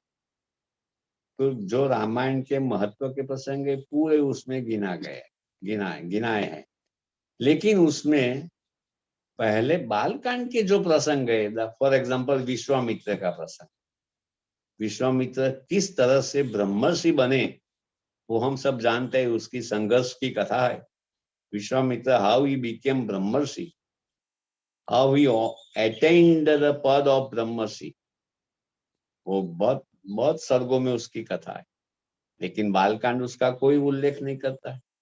गंगा अवतरण की कथा है, धनुष भंग की कथा है, शिव का धनुष राम तोड़ डालते हैं, और राम, सीता और लक्ष्मण, उर्मिला वगैरह चारों भाइयों की जो ब्याह होता है उसकी भी कथा है। ये कोई बातों का उल्लेख पहले सर्ग में नहीं हुआ है। इसीलिए वो क्या आएंगे, स्कॉलर्स क्या कहेंगे कि पहला कांड में अगर बाल कांड का कोई उल्लेख नहीं हुआ है, पहले सर्ग में अगर बाल कांड के कोई प्रसंगों का उल्लेख नहीं हुआ है, इसीलिए बाल कांड पीछे से आया है, बाद में आया है। इसलिए the writer of this first canto of the बाल कांड is not aware of the first बाल कांड, is not aware of the various episodes of the Balkand. अतः इसीलिए ये प्रक्षिप्त है ऐसा है, जिस तरह से आर्ग्यूमेंट होता है। तो मित्रों ये बात है, इसी है, ठीक है। तो इसका उत्तर भी है, बहुत सारे उत्तर हैं। मैंने एक उत्तर तो दिया आपको कि मनुष्य की तरह उसको, राम को वर्तन करना है, नहीं तो रावण के साथ जो कॉन्ट्रैक्ट हुआ है ब्रह्मा जी का, उसका भंग होगा। इसलिए वाल्मीकि रामायण में ऐसा नहीं है कि राम देव नहीं, देव है, मगर he has to act not in that sense of the Bhagavat. हाँ मित्रों, ध्यान रखना, वो अंग्रेजी की ये है कि मैं किसी और इससे मैं बता नहीं सकता। he has to act as a human being, he is a human being, he has to forget that is why he is the only god in our Hindu pantheon, that he forgets his divinity। ये भगवान ऐसा भूल जाते हैं, ये वाल्मीकि की कला है, वाल्मीकि का आर्ट है कि वो भगवान है, फिर भी वो भगवान है वो भूल जाते हैं, ऐसा है। इसका भी अंदर एक आता है रीजन। तो इसी तरह है शकुंतला में, ये तो बातें बहुत सारे दिन चल सकती है। तो मैं, मेरे ख्याल से किसी को प्रश्न भी हो सकते हैं, तो क्या मैं रोक दूं, यहाँ पूरा कर दूं कि क्या करूं? 5 बजने को आए। सुचित्रा जी, Yes, sir. क्या करें? हाँ, We are enjoying your lecture a lot.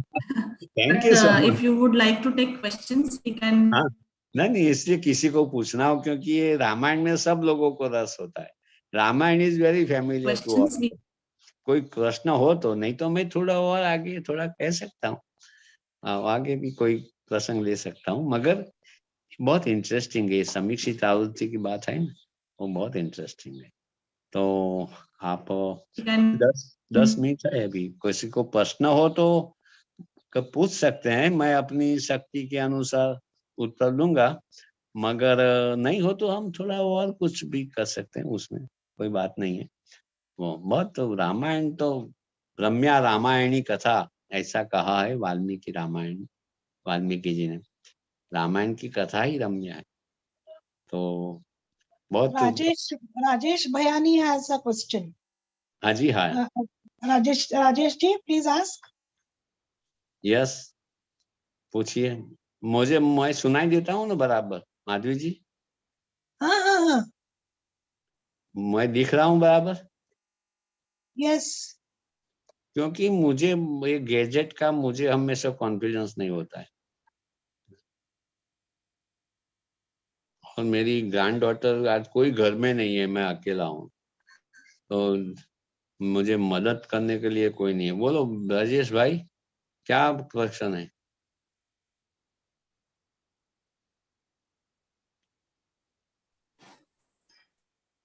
क्या क्वेश्चन है? हाँ साहब, what is the status of Yoga Vasishtha according to critical edition of Ramayana?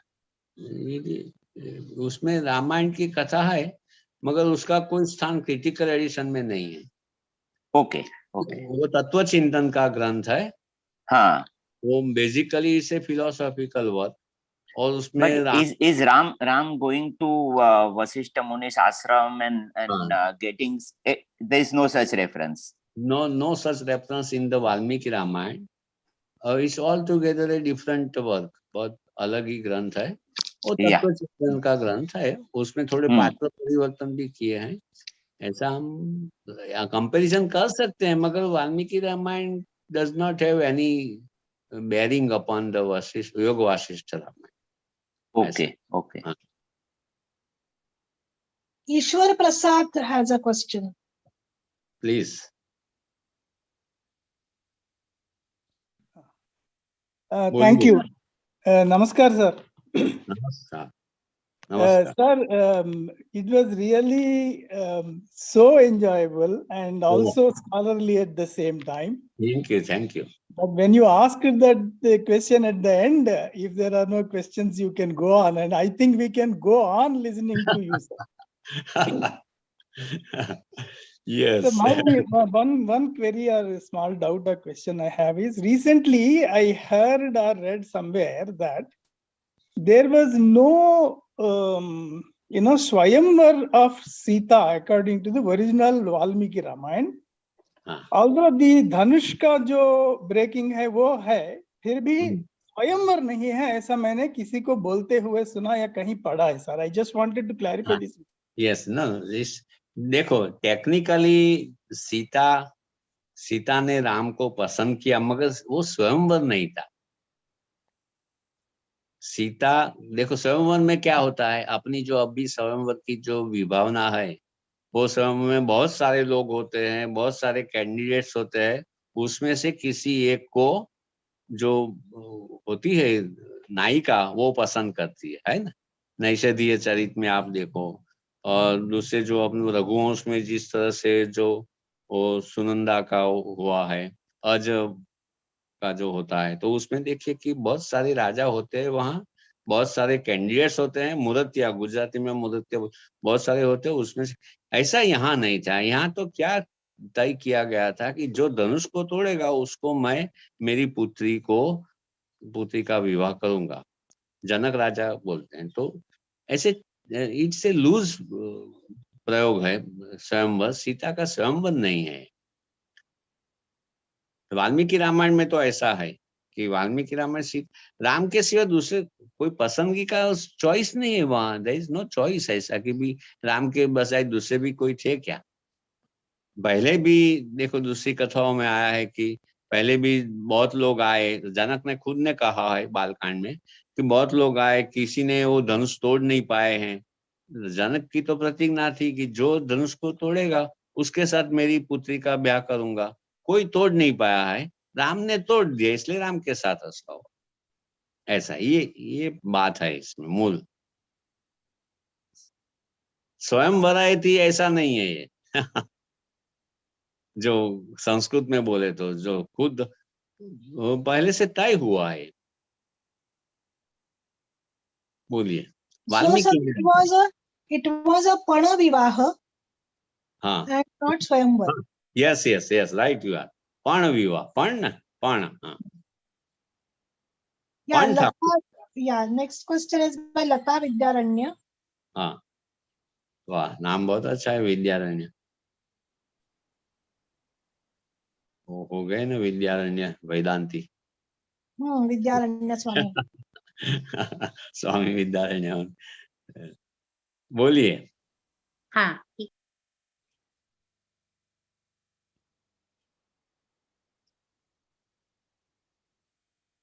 Please unmute yourself. yes, अच्छा. yes, I could do now. Namaste, नमस्ते. Pandit.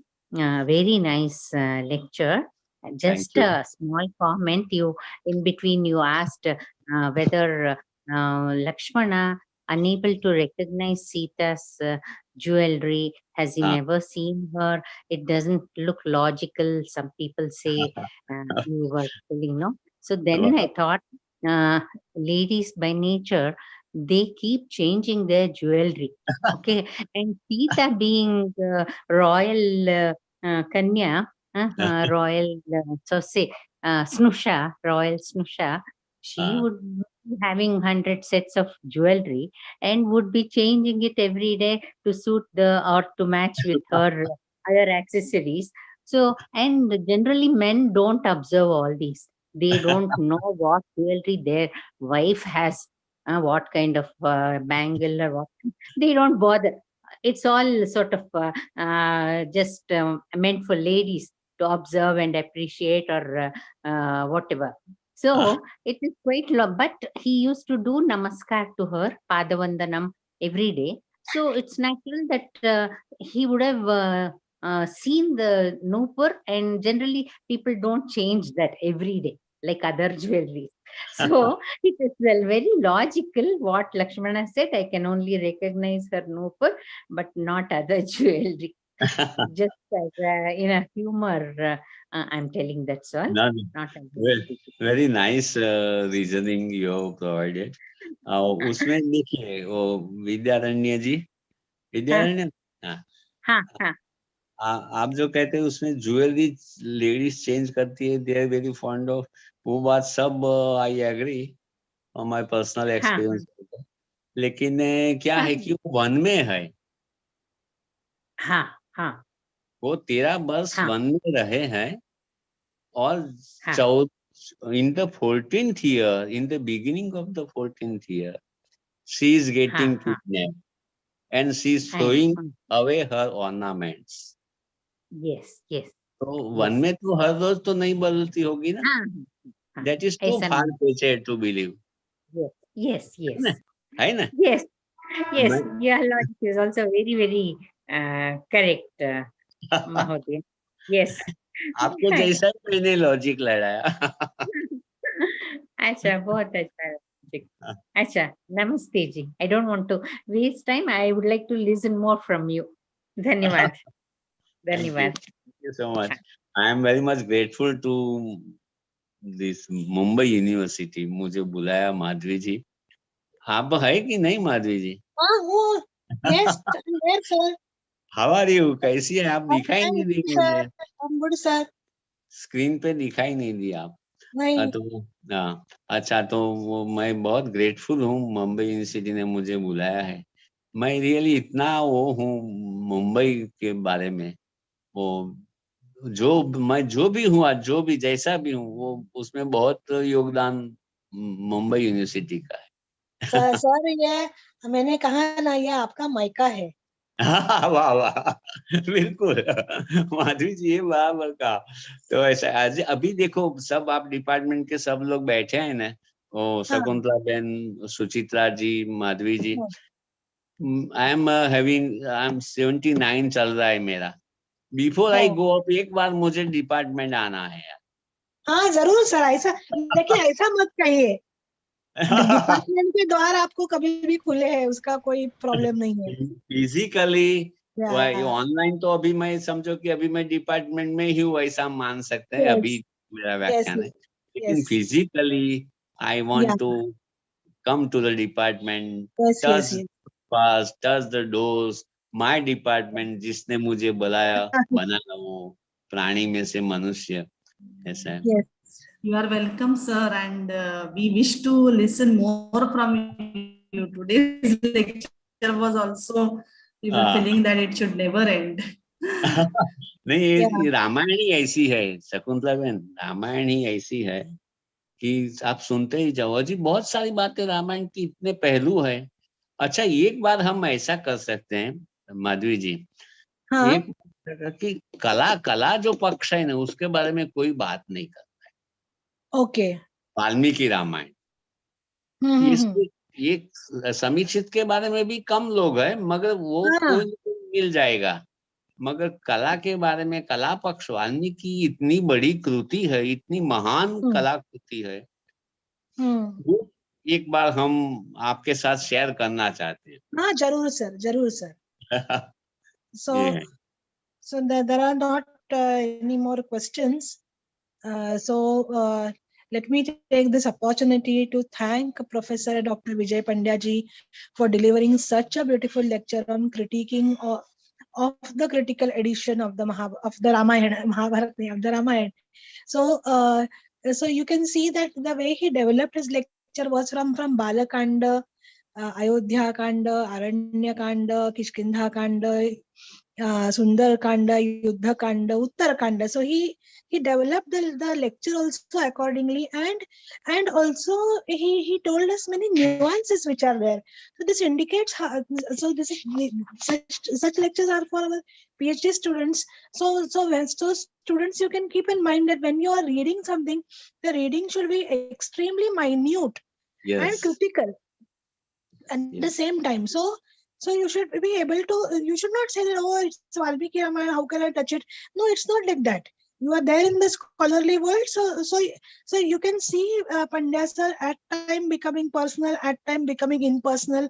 दोनों बातें उनकी हमें दिखाई दी. So his love for Ramayana is seen, but at the same time, his aloofness from the entire text is also evident by the way he pointed out all the nuances which are there.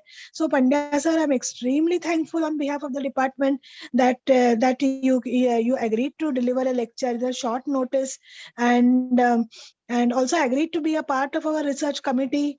So I'm extremely thankful, and I thank all the professors also who have been present throughout this lecture. And last but not the least, without them the lectures are not possible. Students, and we have a nice group of almost 50 students have participated in this lecture. Students are and we are glad that students want such type of lectures and are engaged in it. So sir, thank you very much, and thank you one and all. Yeah, we'll wait for the next lecture tomorrow. Thank you. Sir. Thank you, sir. Thank you, sir. Thank you so much. Thank you, sir. Thank you very much. I am grateful.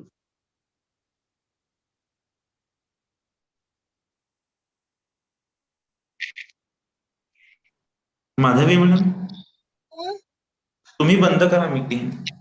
तुम्ही host आहात. कुठे करायचं? Mobile वर click करा. हा? And असा option असेल ना meeting.